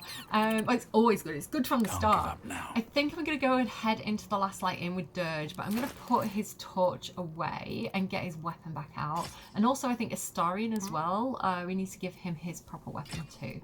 There we go. I'm gonna go and head in as though they've come across the bridge, but I'm just gonna kind of like whoop them in. To the waypoint at the Last Light Inn. All right, Karlach has something to say. Let's see what she wants to say. Oh my god, soldier. That's Jaheira. The Jaheira. So again, they were kind of like peeking, and then they saw Cordia going in and they kind of followed her in. So yeah, Karlach will have seen Jaheira and Cordia talking to each other. You know her? Not personally. I mean, I wish. She's an absolute legend. Years ago, over a century, Jaheira was part of a group that saved Baldur's Gate from Saravok, a Baal sport trying to plunge the city into war. My mum used to tell us stories about them. The legends who protected the city from evil. She said Jaheira was a powerful druid. Adamant. Tough. I've told myself those stories 1,000 times since. I never thought I'd meet Jaheira. She's a hero, and I was always some outer city kid. She's so Can't cute. believe she wants to talk to us about working together. What a day! I love how much she's fangirling. Watching us. So Gortash is a lord now. I'd like to clap eyes on this steel watch of his. You already know the story. I was Gortash's bodyguard, loyal as they come, when he made the deal with Zariel. She got a test subject for her infernal engine. I never found out what he got. This is the kind of man who gets a title. Authority. Makes me sick. Yeah, so there you go. He traded his friendship with Karlach, and honestly, Karlach is like one of the best friends I think you could ever have. Like, and he traded that for power. Like, not giving good guy, is he? Dirge is mad. We'll make him answer for what he did to you as soon as we get to the city. Ugh, the city. Baldur's Gate. Home. I can almost taste it, you know. Not even Gortash can spoil that. Okay. Chatting time over. Again, some of you are definitely wanting me to head in that direction, but we're going into the bar today. So let's follow Cordia in. I'm going to say they get to this point and they get a bit distracted by this absolute legend here, Mattis. This is the kid that tried to scam us, and we got the kind of like the ring of being really, really, really invisible off. So, premium trinkets and doodads. Dirge definitely has a bit of a soft spot for these like little scammy kids, so let's go and talk to him. I don't know if Mattis is a he or her. Welcome to our humble... Wait, are you Karlach? A lot of us were in Avernus. We saw you fighting. You were so good. Well, yeah, I guess I was. I mean, you should avoid fighting for devils if you can. But if you can't, it helps to have a good right hook. I saw you lay out a Moor demon in 2 hits. Bam, bam! We were all like, whoa! How'd you learn to fight like that? Had to. Life didn't pull any punches. It was up to me to learn to take a hit and deal one back. I've been tossed around a lot too. I want to learn how to fight back too. From the look of things, you've got your wits about you. A clever mind and a bit of style will take you a long way. Fight with those, and you may find you never need to use your fists at all. In that case, want to buy a lucky ring I found? So cute. Ah! Nice try, Shorty.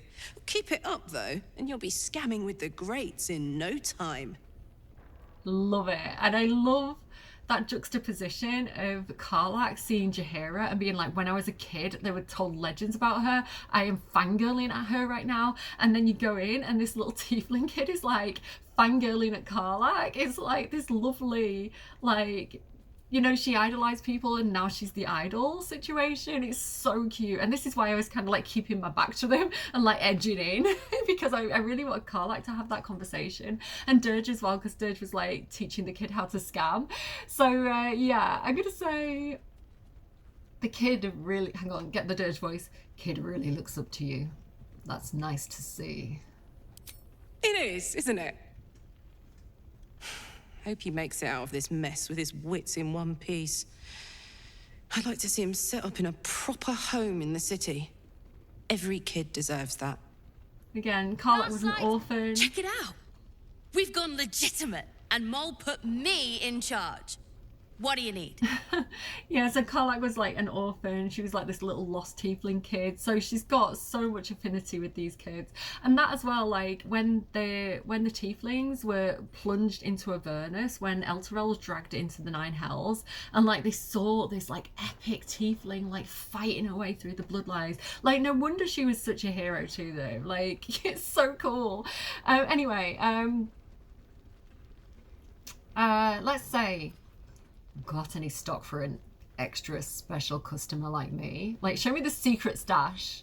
I'm not supposed to mention it to anyone, but I do have something pretty special in stock. A key.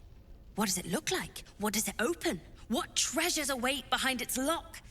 That's for one lucky buyer to find out. Mole gave it to me and said I shouldn't let it go to just any old jackaday. Interesting. This makes a lot of sense, this persuasion check. If it was worth any coin, in Dirge's voice, if it was worth any coin, do you think Mole would have given it to you? Not as a slight on him, but like Mole would have kept anything valuable. Okay. Guidance me, guys. Guidance me, Astarion. Let's go. Okay, sweet. Yeah, that worked. Thanks, guys. I mean, maybe. Okay, oh, we've got so many here. Rogue Persuasion. Look, give it to me now or I'll steal it later. The former is less embarrassing. That's fun. Let's say that. Look, give it to me now or I'll steal it later. The former is less embarrassing. I think it's like a funny, it's like banter, like rogue banter. It's only DC of 6, we've got this. There we go, yeah. I said we've got this and then I was like, I'm gonna roll 2 1s, aren't I? Fine. Thank you. Don't be shy. I'll Have make a it worth gander your at while, the kid. fine- Don't you worry. In the market for something special? Yours is the first happy place. Second, Dirge voice is gone. Yours is the first happy face I've seen in a good while. I'm alive, ain't I? What's not to like? Okay. So there's a lot of traders here, but for the most part, I'm going to wait until the next episode. But I do want to see what Mattis has. So he actually has something I definitely want. The the Cloak of Cunning Broom. When the wearer disengages, they also create a foggy cloud within a 2-meter radius for at least one turn. I feel like this could be really good on either Will or Astarion is what I'm thinking. Evasive shoes, acrobatics. I don't feel like we need those. Sparrow slaying, like the arrow of dragon slaying, but like silly. He has actually got some stuff like the cloud giant strength, invisibility. He's got some good stuff. Roaring thunder. Let's just buy those bits and bobs for now. He's gonna get a decent wedge of money off us, so I also kind of maybe want to drop some. He likes scamming people, so I might give him like some of this jewelry, just because he can like upsell it and things like that. Didn't I have, yeah, there's like a jewel there that we can give him. Some more rings. Yeah, because he likes doing his like whole magic rings like scam, so I feel like he could definitely make use out of those bits. And then I'm just going to balance offer and give him like the price for it. Again, wait, hang on, offer value. Yeah, it matches. So again, in the next video, I'm going to get all the stuff we've been collecting that I've been sending to camp, and we're just going to like sell it all to the traders here. So we're going to get a decent wedge of money in the next video. But yeah, for now, I'm happy with that. What else has he got? Fables of Faerun. Guide to describe. Yeah, let's do it. Barter. Okay. Pleasure doing business with you. And with you little scam artist. So now I can go ahead and give Astarion a nice little cloak. Let's pop that on him. Actually, maybe I want to put that on him in the next episode because it does look a little bit odd. Does he have any? Hang on, let me go to Astarion. He might have some dye on him in his backpack. Let me look in here. Does he have any dye? No, he doesn't. What a shame. Yeah, he looks a bit silly in it with the colour. But I'm going to put that on him, like, ready for the next episode, and we'll dye it. Or maybe back at camp, but for now I'm going to take it off him. Okay. The other thing that we need to do, talking about little kids who are scam artists, I spy with my little eye Moll, and who is that she is talking to? We need to talk. Yeah, I'll come back to you soon, Jaheira. I know that guy. Do you remember Raphael? The devil? Have a gander at the finest.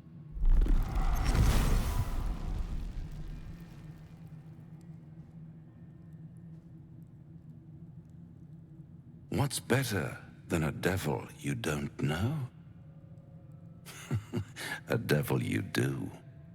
Am I a friend? Potentially. An adversary? Conceivably. But a savior? That's for certain.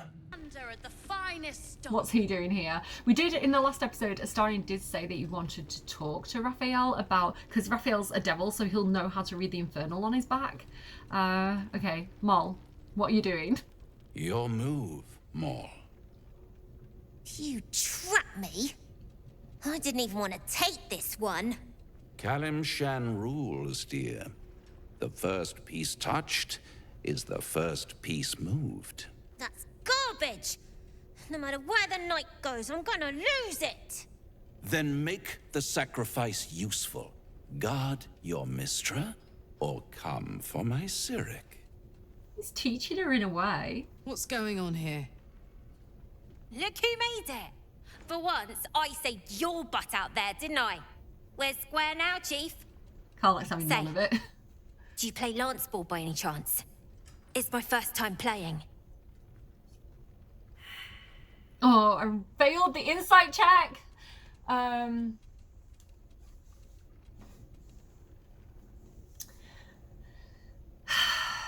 I like the rogue option.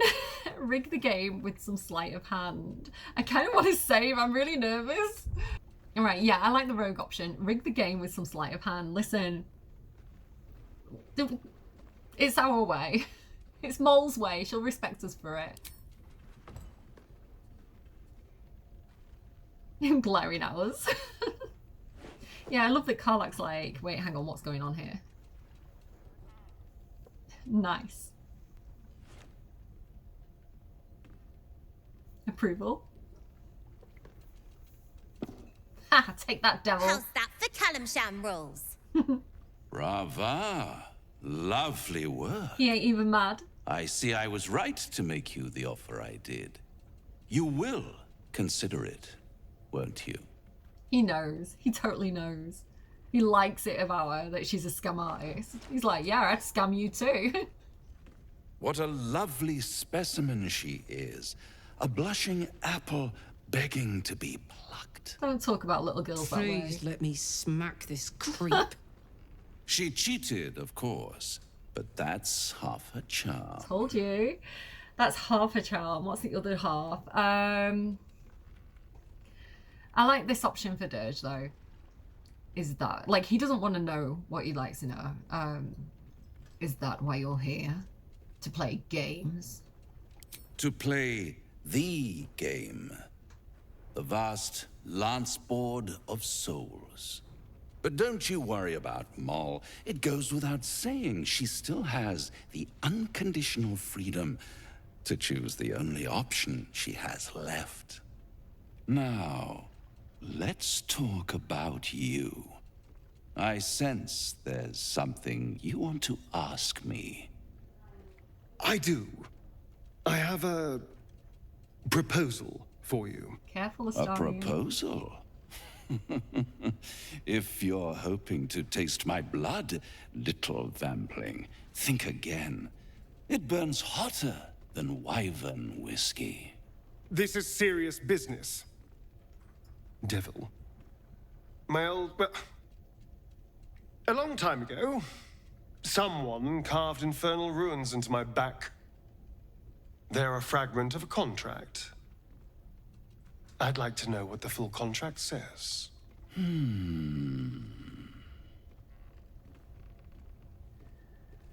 I love Raphael as a character. I think he's so well written, so well performed. Like literally, the guy who played him won like an award for playing him. Like his voice is brilliant. The lines that were written for him are brilliant.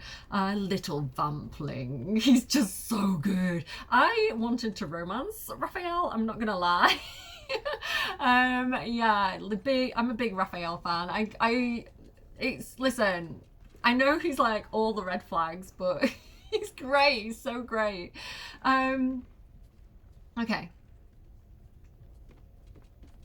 I like this option here. Like, I like that he's like kind of winding him up, like poking him a bit. I don't think he knows. It's like almost like provoking him into like proving us wrong and like actually helping us. Really? Didn't fall for it. It's something very important to your master. But is it a love letter, a warning, or a deed of ownership? Ew. I could give you all the gory details. But of course, you'll have to do something for me first. Naturally. Let me think about it and get back to you. You'll get back to me. This is important, Devil. The way he talks back to me. When? Don't worry, I'm motivated to help you. Scars often tell such wonderful stories. I think yours might be truly exquisite. I'll see you soon.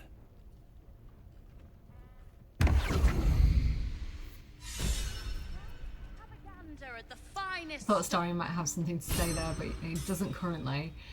I don't think it's a good idea to be making deals with devils, Astarion. And I think you see something there, you know, like in that interaction where Astarion's kind of like, oh, come on, devil. And he's all like huffy puffy and like having a little bit of a temper tantrum. He seems like a kid, right? He seems young compared to this very experienced, predatory, calculating devil. Premium trinkets and Which is why I call him little brother, because he's immature in a lot of ways. And, you know, having people like Cazador, who has been his abuser, but in a way like a father figure, and in a way a kind of protector, in terms of like gave him like room and board and like a place to live, and like, you know, that kind of cultish place of safety in a way, even though it wasn't safe for him. So I think that feeling of kind of feeling like he needs to go to powerful people for help because he doesn't feel powerful himself is something that he's potentially working through. Like the way he's basically just trading one abuser for another abuser in terms of like wanting to make a deal with the devil. It's like he's perpetuating a cycle or something. It's not good for him. We don't want any surprises. Do you have anything to say, Astarion? Have a gander at the fire. Need something? No, maybe he'll want to talk later when we get back to camp. Okay, I definitely want to talk to, because you see this guy here, Barkus and His Majesty, but I'm going to save that for the next episode. I'm going to save talking to Jaheira for the next episode. The people I do want to talk to, though, are, and I kind of love this, but Althera is here. I'm going to talk to this person first, Keris. Thought you'd be 10 yards tall, the way Zevlor spoke of you. Ceres, Scout. Seems we missed one another at the Grove, but the others told me how you helped us. A pity. You pulled them from one death trap, only for me to land them in this one. About that, I found some tieflings on the road. Would you like their corpses? If not, I can play with them a bit. Very on brand for Dirge. Yeah, so Keris has kind of taken over leadership, I guess, from Zevlor. Zevlor is the guy that was like having the fight with Aradin kind of at the gates, if you remember, all the way back to kind of like those earlier episodes. He was kind of leading the tieflings, but something's happened to him. So what happened? Where is Zevlor? Gone. And more than half the others with him. We were ambushed out in the cursed lands. Cultists of this absolute. Zevlor froze, begged us to surrender, but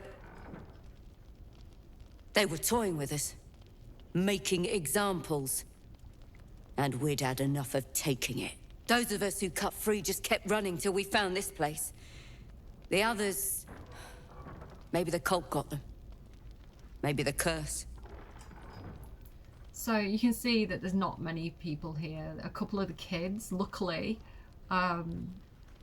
Althera, this person, like, not many of them made it.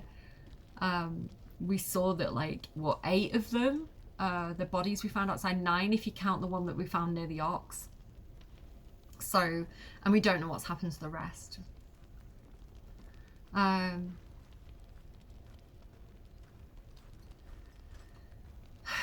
We can call her out on it. You didn't stand your ground, but it's clear that they were in a no-win situation. He's practical, he wants information. What are you doing out here to begin with? You were bound for Baldur's Gate. This army of the Absolute is growing and flowing towards Moonrise. There's worse than goblins on the roads now. I thought we might pass unnoticed along the fringes of this place. Escape the owlbear by hiding in its shadow, so to speak. You can see exactly how well that went. Yeah, it wasn't the best plan, I guess. Still, you're here. Better than being a prisoner of the Absolute. Prison's the best I can hope for the ones we left behind. Zevlor seemed to think the cult wanted us alive. I almost hope he never found out why. Yeah, I was miming, like, if they're trying to probably infecting them, right? They want more absolutists, so probably taking them forcibly, infecting them like they did to us in the beginning. But yeah, Althera, who is alive because we punched her in the face. Did you guys doubt me when I was like, trust me, when we, like, this really sweet, nice person who taught us to play the violin is like, or the lute, I think she taught us to play. Like, and I was like, we're gonna have to fire her, but trust me, like, it's gonna keep her alive. And then because if we hadn't fought her and punched her, like, he would have killed her, but instead he killed Quill because the Dark Urge took over him. Right here. She's here, and I love this. I love that Althera and Dirge are gonna just be here in Last Light Inn having a conversation because we kept her alive. Let's go. Oh, you're all right. Thank goodness. I was worried they'd got you too. We made friends with her again at the like tiefling party. We kind of made it up to her by giving her stuff. So, I heard what happened. That people were taken to Moonrise. I keep replaying it. Over and over in my head. They lined us up like dogs.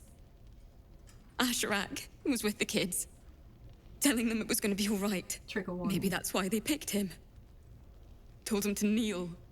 They took his eyes first. Then his tongue. Because he was telling the kids that it was going to be okay. Like, they did that to him. It's horrible. Like, and again, like, oh, this game, it's dark. You can see that I'm struggling with it. But, I don't know. I think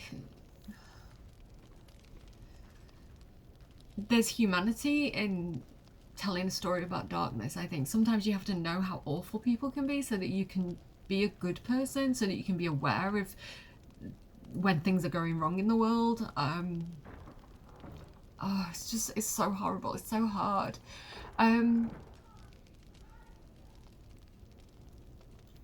I like which one was Amara? Which one was that again? This rogue option's good. I've seen a lot of nasty ambushes in my time, but that sounds among the worst. I'm sorry. Again, he's learning compassion, right? He cares about those kids. It just never stops. Roland, of all people, saved us. He said he stayed in the grove because of you. And I'm damn glad of it. Without him, well, none of us would be here. Well done, Roland. Roland's the one who was putting on the light show. He didn't seem like he was very accomplished.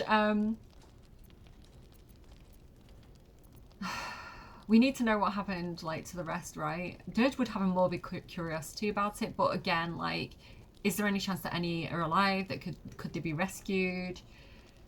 Can we find out any more about the intentions of the cult through this? What did the cultists do with the others? I don't know.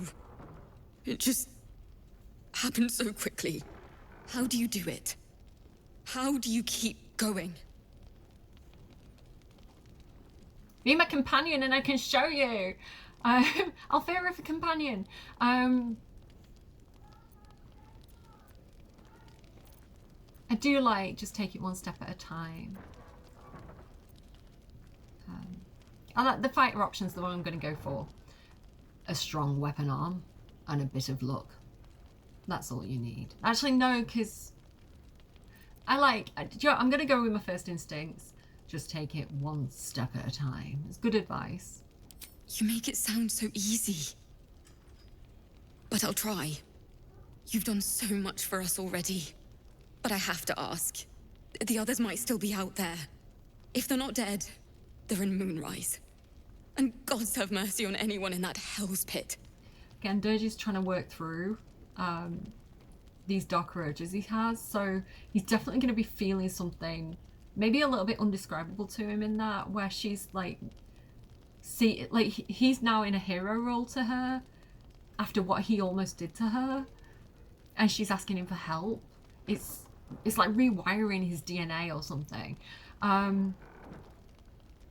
Like, he's seen himself differently from what he thought he was previously. Like, he can be different, like, because people see him differently. Right? It's kind of like things like, if you're always told you're a naughty child, you're going to grow up thinking you're a naughty person. It's that sort of thing. But if someone has faith in you and believes in you, it can change how you perceive yourself. There's the things he is thinking and the things that he's going to say. Don't worry. I'll find them. Thank you. If anyone can manage it, you can. Just be careful up there. All right? I can't handle anyone else dying. She is so sweet. That's what triggered him in the first place. So... Don't be shy. Have a gander at the finest... Yeah, I was going to say stuff. I forgot what I was going to say. It might come back to me. So Roland apparently helped out there, but we have Moll here. I need a quick word. Nice strategy back there. If we put our heads together, I bet you and me could make a tidy stack of coin in Baldur's Gate. It's almost like we don't need the devil. Raphael's offered me a partnership already, and it seems like a sweeter deal than throwing my lot in with you. I know, we survived this far. No, kid. No. Yeah, she's scared. She's scared. She's doing what she can, right? God, we've got so many options here. I like this one, actually. One should consider all options before forming a battle strategy, not just the easiest deal. It's like, think about it, right? There aren't any other options, soldier. Raphael said he could keep me and my kids safe, and that's that. I can keep you and the kids safe. Not that it's any I'm of your Batman. business. I'm not poking my nose into whatever trade you made with him. Failed an insight check there. We might try and get that in the next episode if we talk to her with Cordia. I haven't made a deal. He's just trying to tempt me. What makes her think that we made a deal with him? Looked like he was doing a pretty good job. If I had to deal with gods and worms in my head, I'd make a deal with anyone. Look, you saved us. Not knocking that. But after you left, Zevlor lost his nerve. Gave up the fight. I won't. Now there's no grove, no coin, no one taking us to the city. I'm not letting my crew get eaten by shadows. Maybe I'll make a deal, maybe I won't. But it'll be my choice, not the devil's, and not yours. Oh, that hurts. That hurts. I'm there like, I can keep you safe. And she's like, you weren't there. You weren't there when I needed you. Like, that fucking hurts. And then, like, good for her, though. Like, Moll is such a legend. Like, she's like, I will literally sell my soul to keep my kids safe. She's a mother. She's amazing. But at the same time, like Karlach says, she's just a kid. And she sees herself in her. Let's talk to her. One of the worst things about getting old. Watching kids make the same exact mistakes you made. And knowing there's absolutely nothing you can say to change their mind. Yeah. Then again, Moll's a hell of a lot smarter than I was at that age. Maybe she'll figure it out.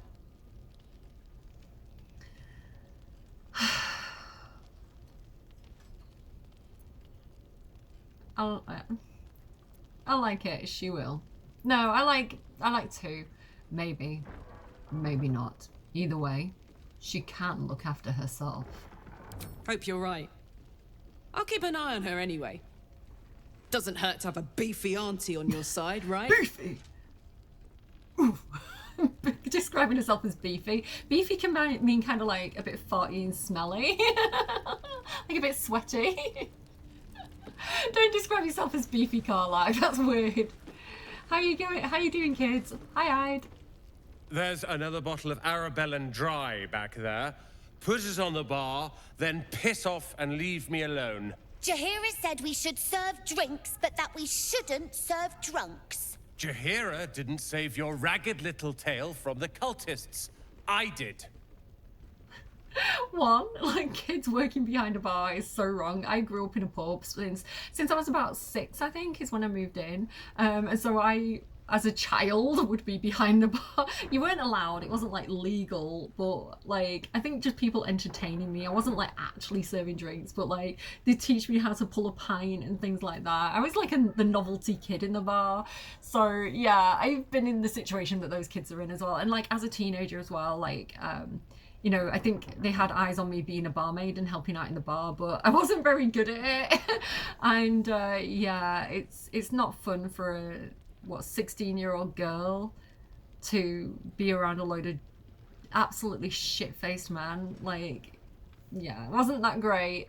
I can remember when someone was so drunk, like they just weren't paying me. Like they asked for another drink and then they weren't paying me because they were so drunk. And like, it's like, when do you stop serving? Like, I feel like, I don't know, awkward. I do like this sorcerer option, but I think he's gonna go in with a little bit of like a little bit of praise. Like, this is the guy who saved them all. I'm getting dead emotional. Alfira told me that you're the reason her and the kids escaped. Cute. Maybe she'll write a ballad about me. She can leave out the part where my brother and sister were dragged away screaming while I was saving the orphans. If you hadn't filled their heads with all that self-righteous heroic crap at the Grove, none of this would have happened. That was Cordia, actually. I didn't fill your head with anything. I couldn't give a shit at that time.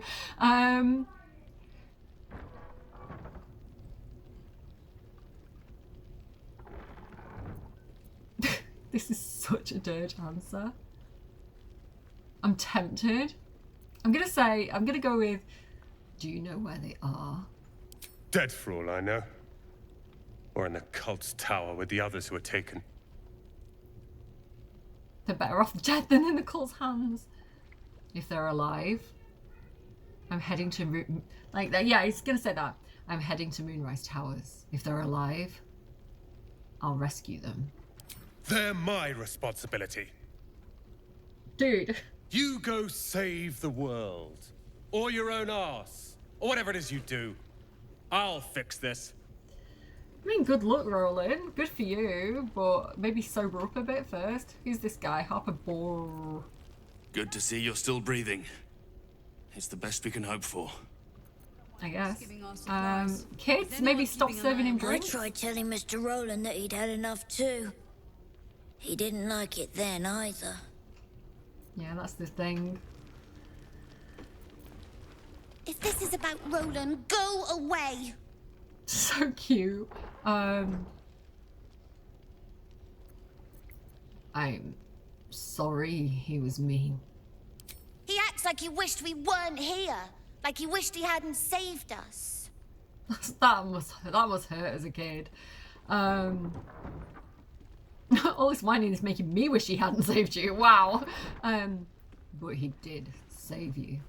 And that's what matters. And now we're just trying to save him from drinking himself stupid. So sweet. So sweet. A drunk wizard's a dangerous thing. All that. Uncontrolled power. Right? He might wave his arms wrong and burn the whole inn down. Or belch up a puddle of acid.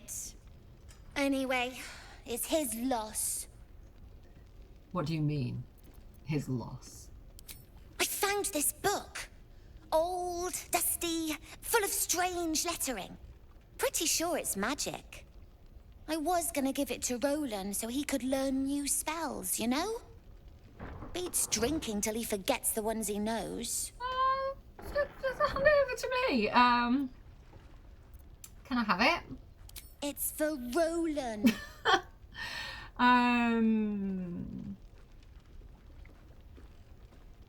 I don't want to deceive him. I'm going to try the persuasion. Do you really want to give it to him after how he acted? Yeah, let's just go. Oh, no, he missed it. Oh well. It failed. Let's go with the fail. True. Guess I'll keep it then. Anyway, I'm sick of talking. You can go now. Bye-bye. So funny. It's okay. A historian can pickpocket them all if needs be. Just as well, if you do need supplies to long rest, there's a lot of alcohol lying around that you can come and restock on before you leave this area. But why can't I zoom out? What's going on with that? Oh, my mouse wheel won't zoom out. Oh, what? Yeah. So I think that is pretty much everyone I wanted to talk to for the most part. There is this side room that we can just pop into. The colours have faded, but the words are not. An ale between friends is worth 10 cups of tea. Oh, I love a cup of tea. Can't say I have, but if I do, you'll be the first to know. So this is... I promise, kid. That's cute. I only caught part of that conversation, but that was cute. This is Myrkon, the one that we saved from the Harpies. He wrote us the really cute letter about being a hero that Dirge actually still carries around in his backpack. If I just kind of show you his backpack, Myrkon's story. So you can have a read of that if you want to pause and read that. It's so cute. Yeah, that's like that's one of Dirge's special things. Stop walking around, I want to click on you. This place is awesome! There's so much stuff! Okay, so let me just go over here to this corner. I don't know why my mouse wheel won't roll back. Something over there. Getting a bit annoying. Some new mouse as well. So here we go. So I think if we talked to the kid and we'd done that successful persuasion check, he would have told us about this, but I think we've got it anyway. Maybe not. Snowburst Ring. This feels like a Gale thing. When the wearer deals cold damage, they also create a 4.5 meter circle of ice around the target. I don't know if I'm going to take this or if Gale's going to have this, because I can also do cold damage. That might be useful for them both to be able to do that. And a scribbled note. The journal's script is antiquated, but its pages look like they've barely aged. How much longer must I languish here? I'd hoped to be in Baldur's Gate a 10-day ago, but that blasted toll house keeper won't accept my papers. When Father hears about this, he'll be furious. There's something odd about this village. People skulk around like there's something to hide. The shrines to the Moon Maiden seem ill-tended and barren. Oh, and I'd hoped to learn more about Ketheric Thorm, the village leader, but talk of him seems to put people on edge. I'm not sure I can bear another hour within this living place. So this would have been written in between, like in the time between this area being worshippers of Selûne and it getting slowly taken over by the Sharans. So this is why there's like the secretiveness and like the shrines are not attended. So this will have been like, what, 1,000 years ago? Something like that. But it gives us a bit of a history of the place. I can't actually roll my mouse out. It's really annoying. Gosh, there we go. Right, it's moved out a little bit now. I think it's time to go back to camp and probably speak to Halsin about this art Cullen, but also long rest, I think. Okay, so it's back at camp, an Astarian wants to talk, apparently. So, oh, it's Will. Will wants to talk. Okay, well, let's get a Cordia job. So, Cordia, get over here and talk to Will. It's probably about his dad. First in my heart. A blushing apple begging to be plucked. Raphael's angling for the girl's soul. Somebody's been talking about what just happened. Word got around to Will. She'll make the right decision. You'll see. She's an optimist. I think she will. If not, well, you've seen what happens when a bound soul reaches for freedom. I can't imagine what cruel penance Moll would pay if she were ever to resist that fell bastard. Yeah, I feel like we need to stick Moll, Karlach and Will in a room together to talk that out and share like the stories of like what it's like to be indebted to a devil. The cultists have taken your father to Moonrise Towers. Florrick confirmed it. Then we know our mission. All roads converge at Moonrise. Ooh, can we trust Florrick? Ooh, well, let's ask that. Can we trust Florrick? I was 11 when the Councillor spotted and slayed an assassin who stalked father from the shadows. I was 13 when she brought word of a goblin warband advancing on Rivington. Her keen scouting saved 100 lives that day. The Councillor's loyalty to my father is beyond question. She's as steady as Tyr's heartbeat, as upstanding as the Sword Mountains. Father's at Moonrise Towers, and we need to save him. And we will.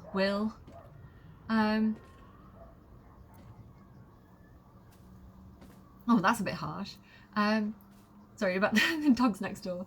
The cult must have some reason for taking your father, but what? They want violence, they want control, they want Baldur's Gate. Who better than Grand Duke Ravengard to surrender it? Who better than the commander of the Flaming Fist to dismantle its defenses?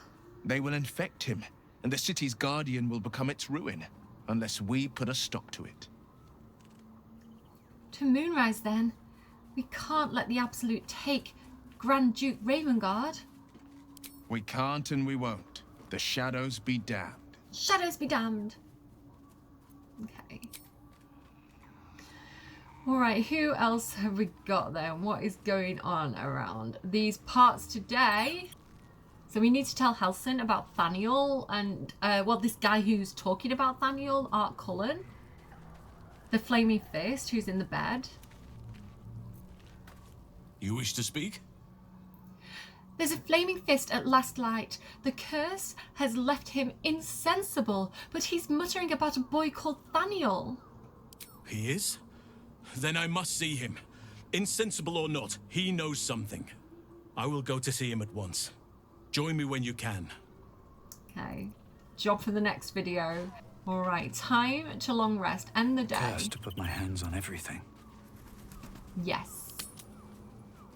Yeah, here you go. Historian does want to talk. I knew it. I could sense it.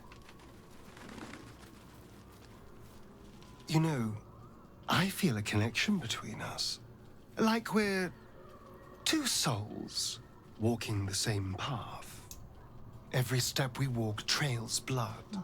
Killing is an instinct for us. I respect you for that.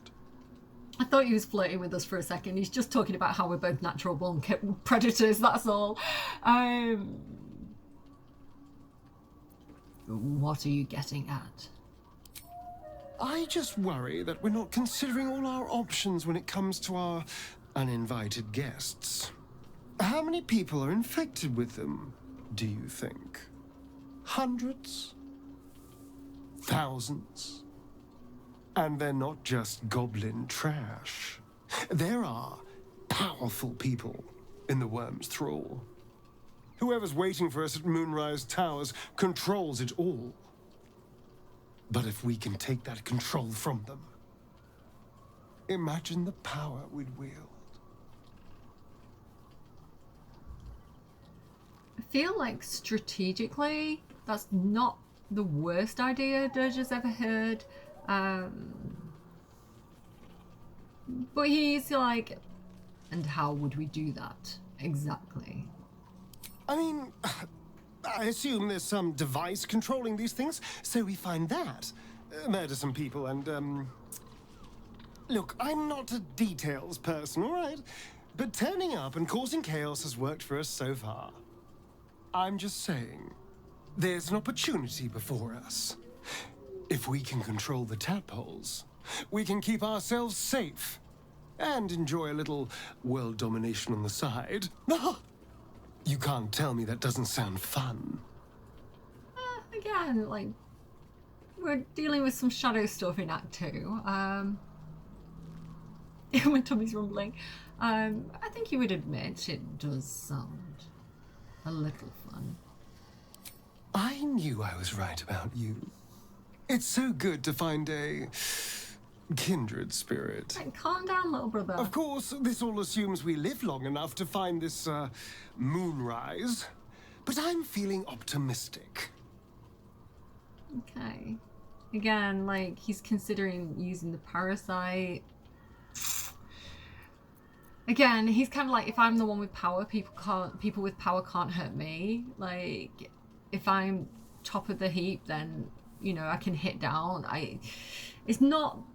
It's coming from a place of hurt and fear. It's not coming from a good place for Astarion.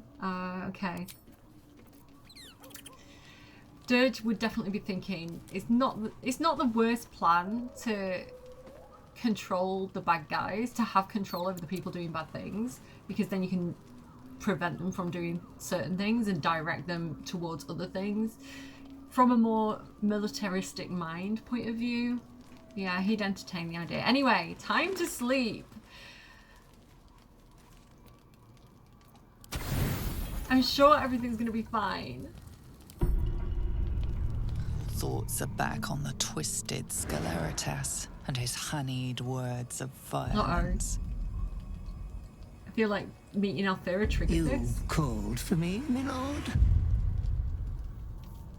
I hate this guy. Hells. Can you read my thoughts? I don't need to. They are all the same. There is but one thing on your mind, and it won't go away until your thirsty urge is sated.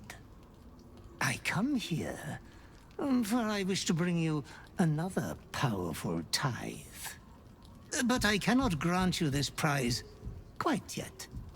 You must do something divinely unspeakable first. Sorry guys, just one sec. We're gonna have to wrap up because my kids will be home from school in a minute. Oh, they're banging again as well.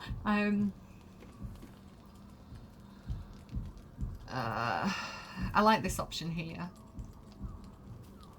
I kill for myself, not because you command me. Oh, you are such a pleasure to serve. Of course you are killing for yourself. From coast to coast, our realm only exists for you to play with after all. You will receive a royal prize for killing this pretty girl. She's wearing clothes like Cordia. Isabel, the cleric with the sweetest face of the moon. She is too precious to live. And what has she done to deserve such a fate as I? Why, the greatest crime of them all. Nothing at all. So, again, he's out here fighting bad guys. He's making friends. So, and the guilt of that albatross on his back of killing Quill is weighing heavily on him. And again, like, he's just been dealing with like a devil trying to take advantage of an innocent child who he actually kind of likes and respects. I feel like Dirge is starting to switch sides a little bit. He doesn't like being told what to do, for one thing.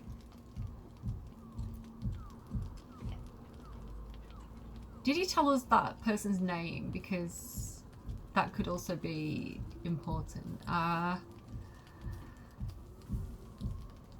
won't let myself touch another innocent victim.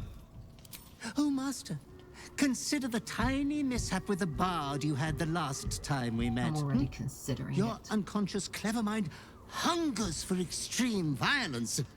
Who knows who you might kill next if you do not satisfy your urge. Oh, he's satisfying his urge, all right. Be true to yourself, my lord. That's the thing. That's the thing. This is the hint it gives you. Be true to yourself. Alright? Don't do what they tell you to do. Do what you think is right. I love Redemption Arc Dirge. Okay. We've got one more thing. Jump scare. Ah, finally they stir. True adventurers get up with a lark, I always say. But if there are larks to be found in these lands, they must fancy themselves akin to nightingales. Old guy from the mountain pass. Come up, you both stand. I, for one, am dying to find out what's for breakfast. Elminster? The very same, Gale. And a fair bit miffed he is, too, finding himself forced to expose his best pair of boots to so many miles of country road on your behalf. I don't understand. How so on my behalf? I was bid to spare neither time nor my own self to find you. She sent me, Gale. You know of whom I speak. But why? Out with it, Elminster. Please. Young man, has your sojourn away from Waterdeep washed away your decorum as well as your patience? Nigh a 10-day I've gone without honest fare, worthy of the name. Drank naught but what the sky entitled my thirst. Why, some bread, cheese, and a cup of wine would appear unto me a feast.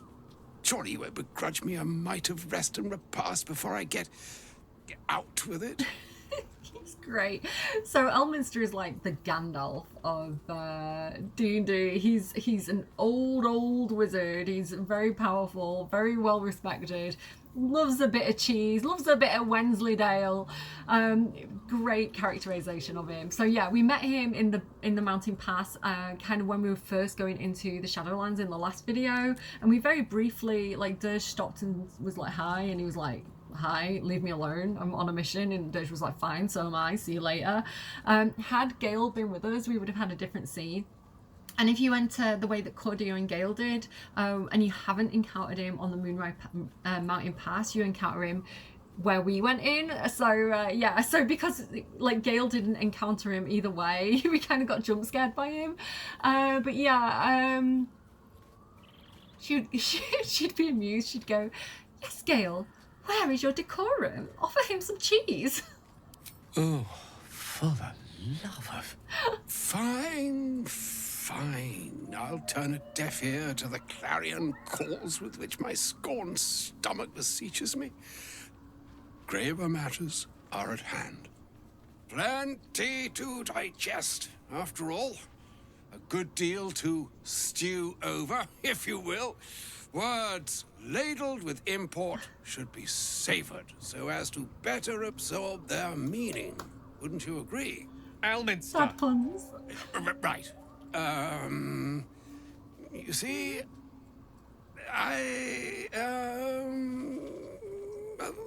that is to say, Gale, my boy, I've come to address a most pressing matter. I'll speak as plainly as I can, forswearing the accustomed frills that decorate my speech. I'm here on behalf of Mystra. The message and the charge I bring you are hers. His ex-girlfriend? I'd rather not discuss her in front of me. He's getting over her. Cordia would say, again, as a cleric, it must be a great honor to be so entrusted by your god. I could debate you on that. You know where you went wrong, Gale. No, we needn't dwell on that here and now. But even so, you're to be given a chance of redemption. Mystra would consider forgiveness. She would consider what she considers to be forgiveness. Mystra is aware of the misadventures that have befallen you both. She knows of your strife with the Absolute, that most insidious of evils. If the goddess herself is aware, I wouldn't say no to some divine intervention. The very purpose of my presence. In a roundabout sort of way. Oh, good. You must know that the Absolute is more dangerous than you can possibly conceive. It threatens all who live, even those who are undying. Like a Saurian. It threatens the gods, the weave, the very fabric of the universe itself. That is why I have come here to charge you, Gale, with its destruction. It is Mystra's belief that only you can. Oh, he's a very powerful wizard. Gale alone? How so? The orb. Precisely. Mystra has granted me the power to stop the clock, as it were, on the orb's rush to overpower you. Instead, you will be able to unleash its lethal combustion at will. Interesting. This could be help, or hindrance. We shall have to see. Mystery? You must find the heart of the Absolute, whatever that may be, and use yourself as the catalyst that will burn it from this world. That's monstrous. You're asking him to kill himself. He is not. But it seems that Mystra is. It brings me no pleasure saying this, my friend. But such is Mystra's will. Yours must be the sacrifice that will undo the Absolute. And for your sacrifice, you will be redeemed. Such is Mystra's promise. With that, I've said my sorry piece, and need only bestow unto thee the charm I was bid. Meine hastra mistraril Italion thras annas dithra.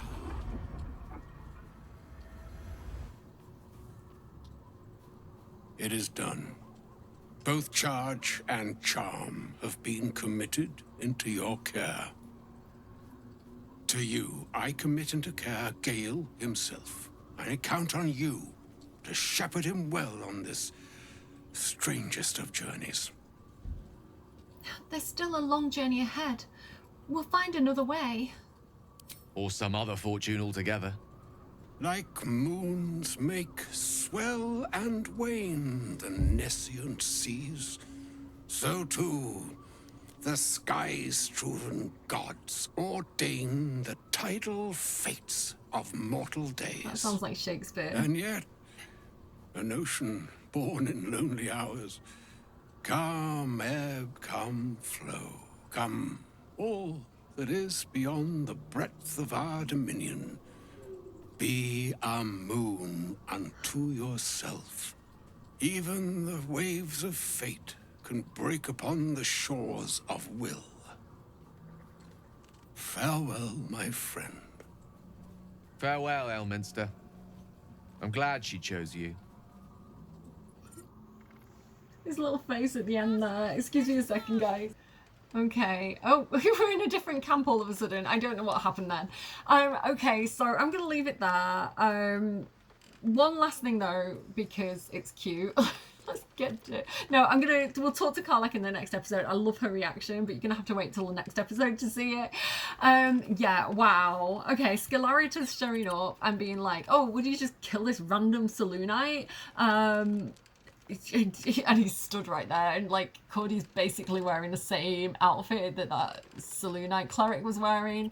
I feel like they're messing with him, or like Dirge would feel like they're messing with him. Like they know that he's like starting to feel protective and affection towards Cordia, that she's like the conscience to his shadow, like she's the light to his darkness, and so like for them to come and be like, oh hey, kill this cleric of the light domain that is wearing a very similar robe to that person that you're feeling affection towards, it's like almost like they're toying with him in a way, or like, you know, trying to get him to do something that they know he's uncomfortable with, or they're trying to get him to destroy the thing that's a threat to them. So that's kind of what's going through his brain at the moment, is like that's why he thinks he's being asked to do that at this point. Of course, I do know the story. I kind of know what's going on, but that's kind of what he's thinking in this moment. No spoilers in the comments. So yeah, he's also not ready to discuss that right now. We'll see if any conversation comes up in the next video. Look at Scratch out there. He knows. He's like, I'm a good boy. I'm a good boy, Dirge. You can be a good boy too. We can be the best boys. He's also got Astarion kind of whispering in his ear, being like, hey, like, we could get more power here. We could use this power for ourselves. He's also like, but at the same time, he's like dealing with things like Raphael trying to corrupt this innocent. He's dealing with this absolute that is just, you know, been so brutal in front of these children that he has like a genuine like amusement of. Like, he kind of likes the kids. So, you know, for the way that they've been treated and to see what they've been through is challenging for him. And then on top of that, like, for Elminster to just appear and be like, hey, Gale, kill yourself. Again, big trigger warnings for Act 2. But yeah, like basically being like, hey, Gale, your ex-girlfriend that, you know, is really mad at you, put a bomb in your chest, like, and wants you to explode yourself and kill the Absolute. So they like revenge. So maybe Gale and Mistra's relationship wasn't the best. But at the same time, like, the Absolute is really bad, and we have to consider all our options. And even though that is like an absolute last case situation, like, I don't want to blow up Gale, so just quickly show you, Gale now has this Netherese Orb Blast, and if we click it, if we trigger that, it ends the game. It's like game over. Gale blew everything up. We're done. So yeah, we don't want to click that, basically. I am going to leave it there though. I need to leave it there. I need to go and sort my kids out. And yeah, I hope you're enjoying. Stick around. Act 2, like, you can see how quickly this pace is picking up. There's so much to explore, so much to do, so many people to confront, and like so many companion stories to work through. I'm so excited. I will see you again soon. Again, it's Christmas, like the Christmas period, so my videos might get a little bit irregular. I will try and get my videos up for Fridays, but bear with me if I do miss a week, and I'll kind of try and post on Twitter or Blue Sky if I am having problems, or in the community section, so watch out for that. I'm going. Take care. Bye, friends.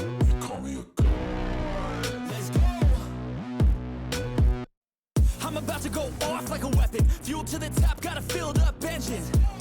In my thoughts, obsession, I will not stop, no, I'm never second guessing. I got a God complex, haters love to hate, but I never feel pressed. Got a lot on my plate, but I never get stressed. I'll take all the pressure like I'm acing this test. Tear it up like I'm Jason. I see the world like it's ready for the taking. I see this place like a game I'm playing. Straight to the bank to collect my payments. No negotiations, it's my way, I was born impatient.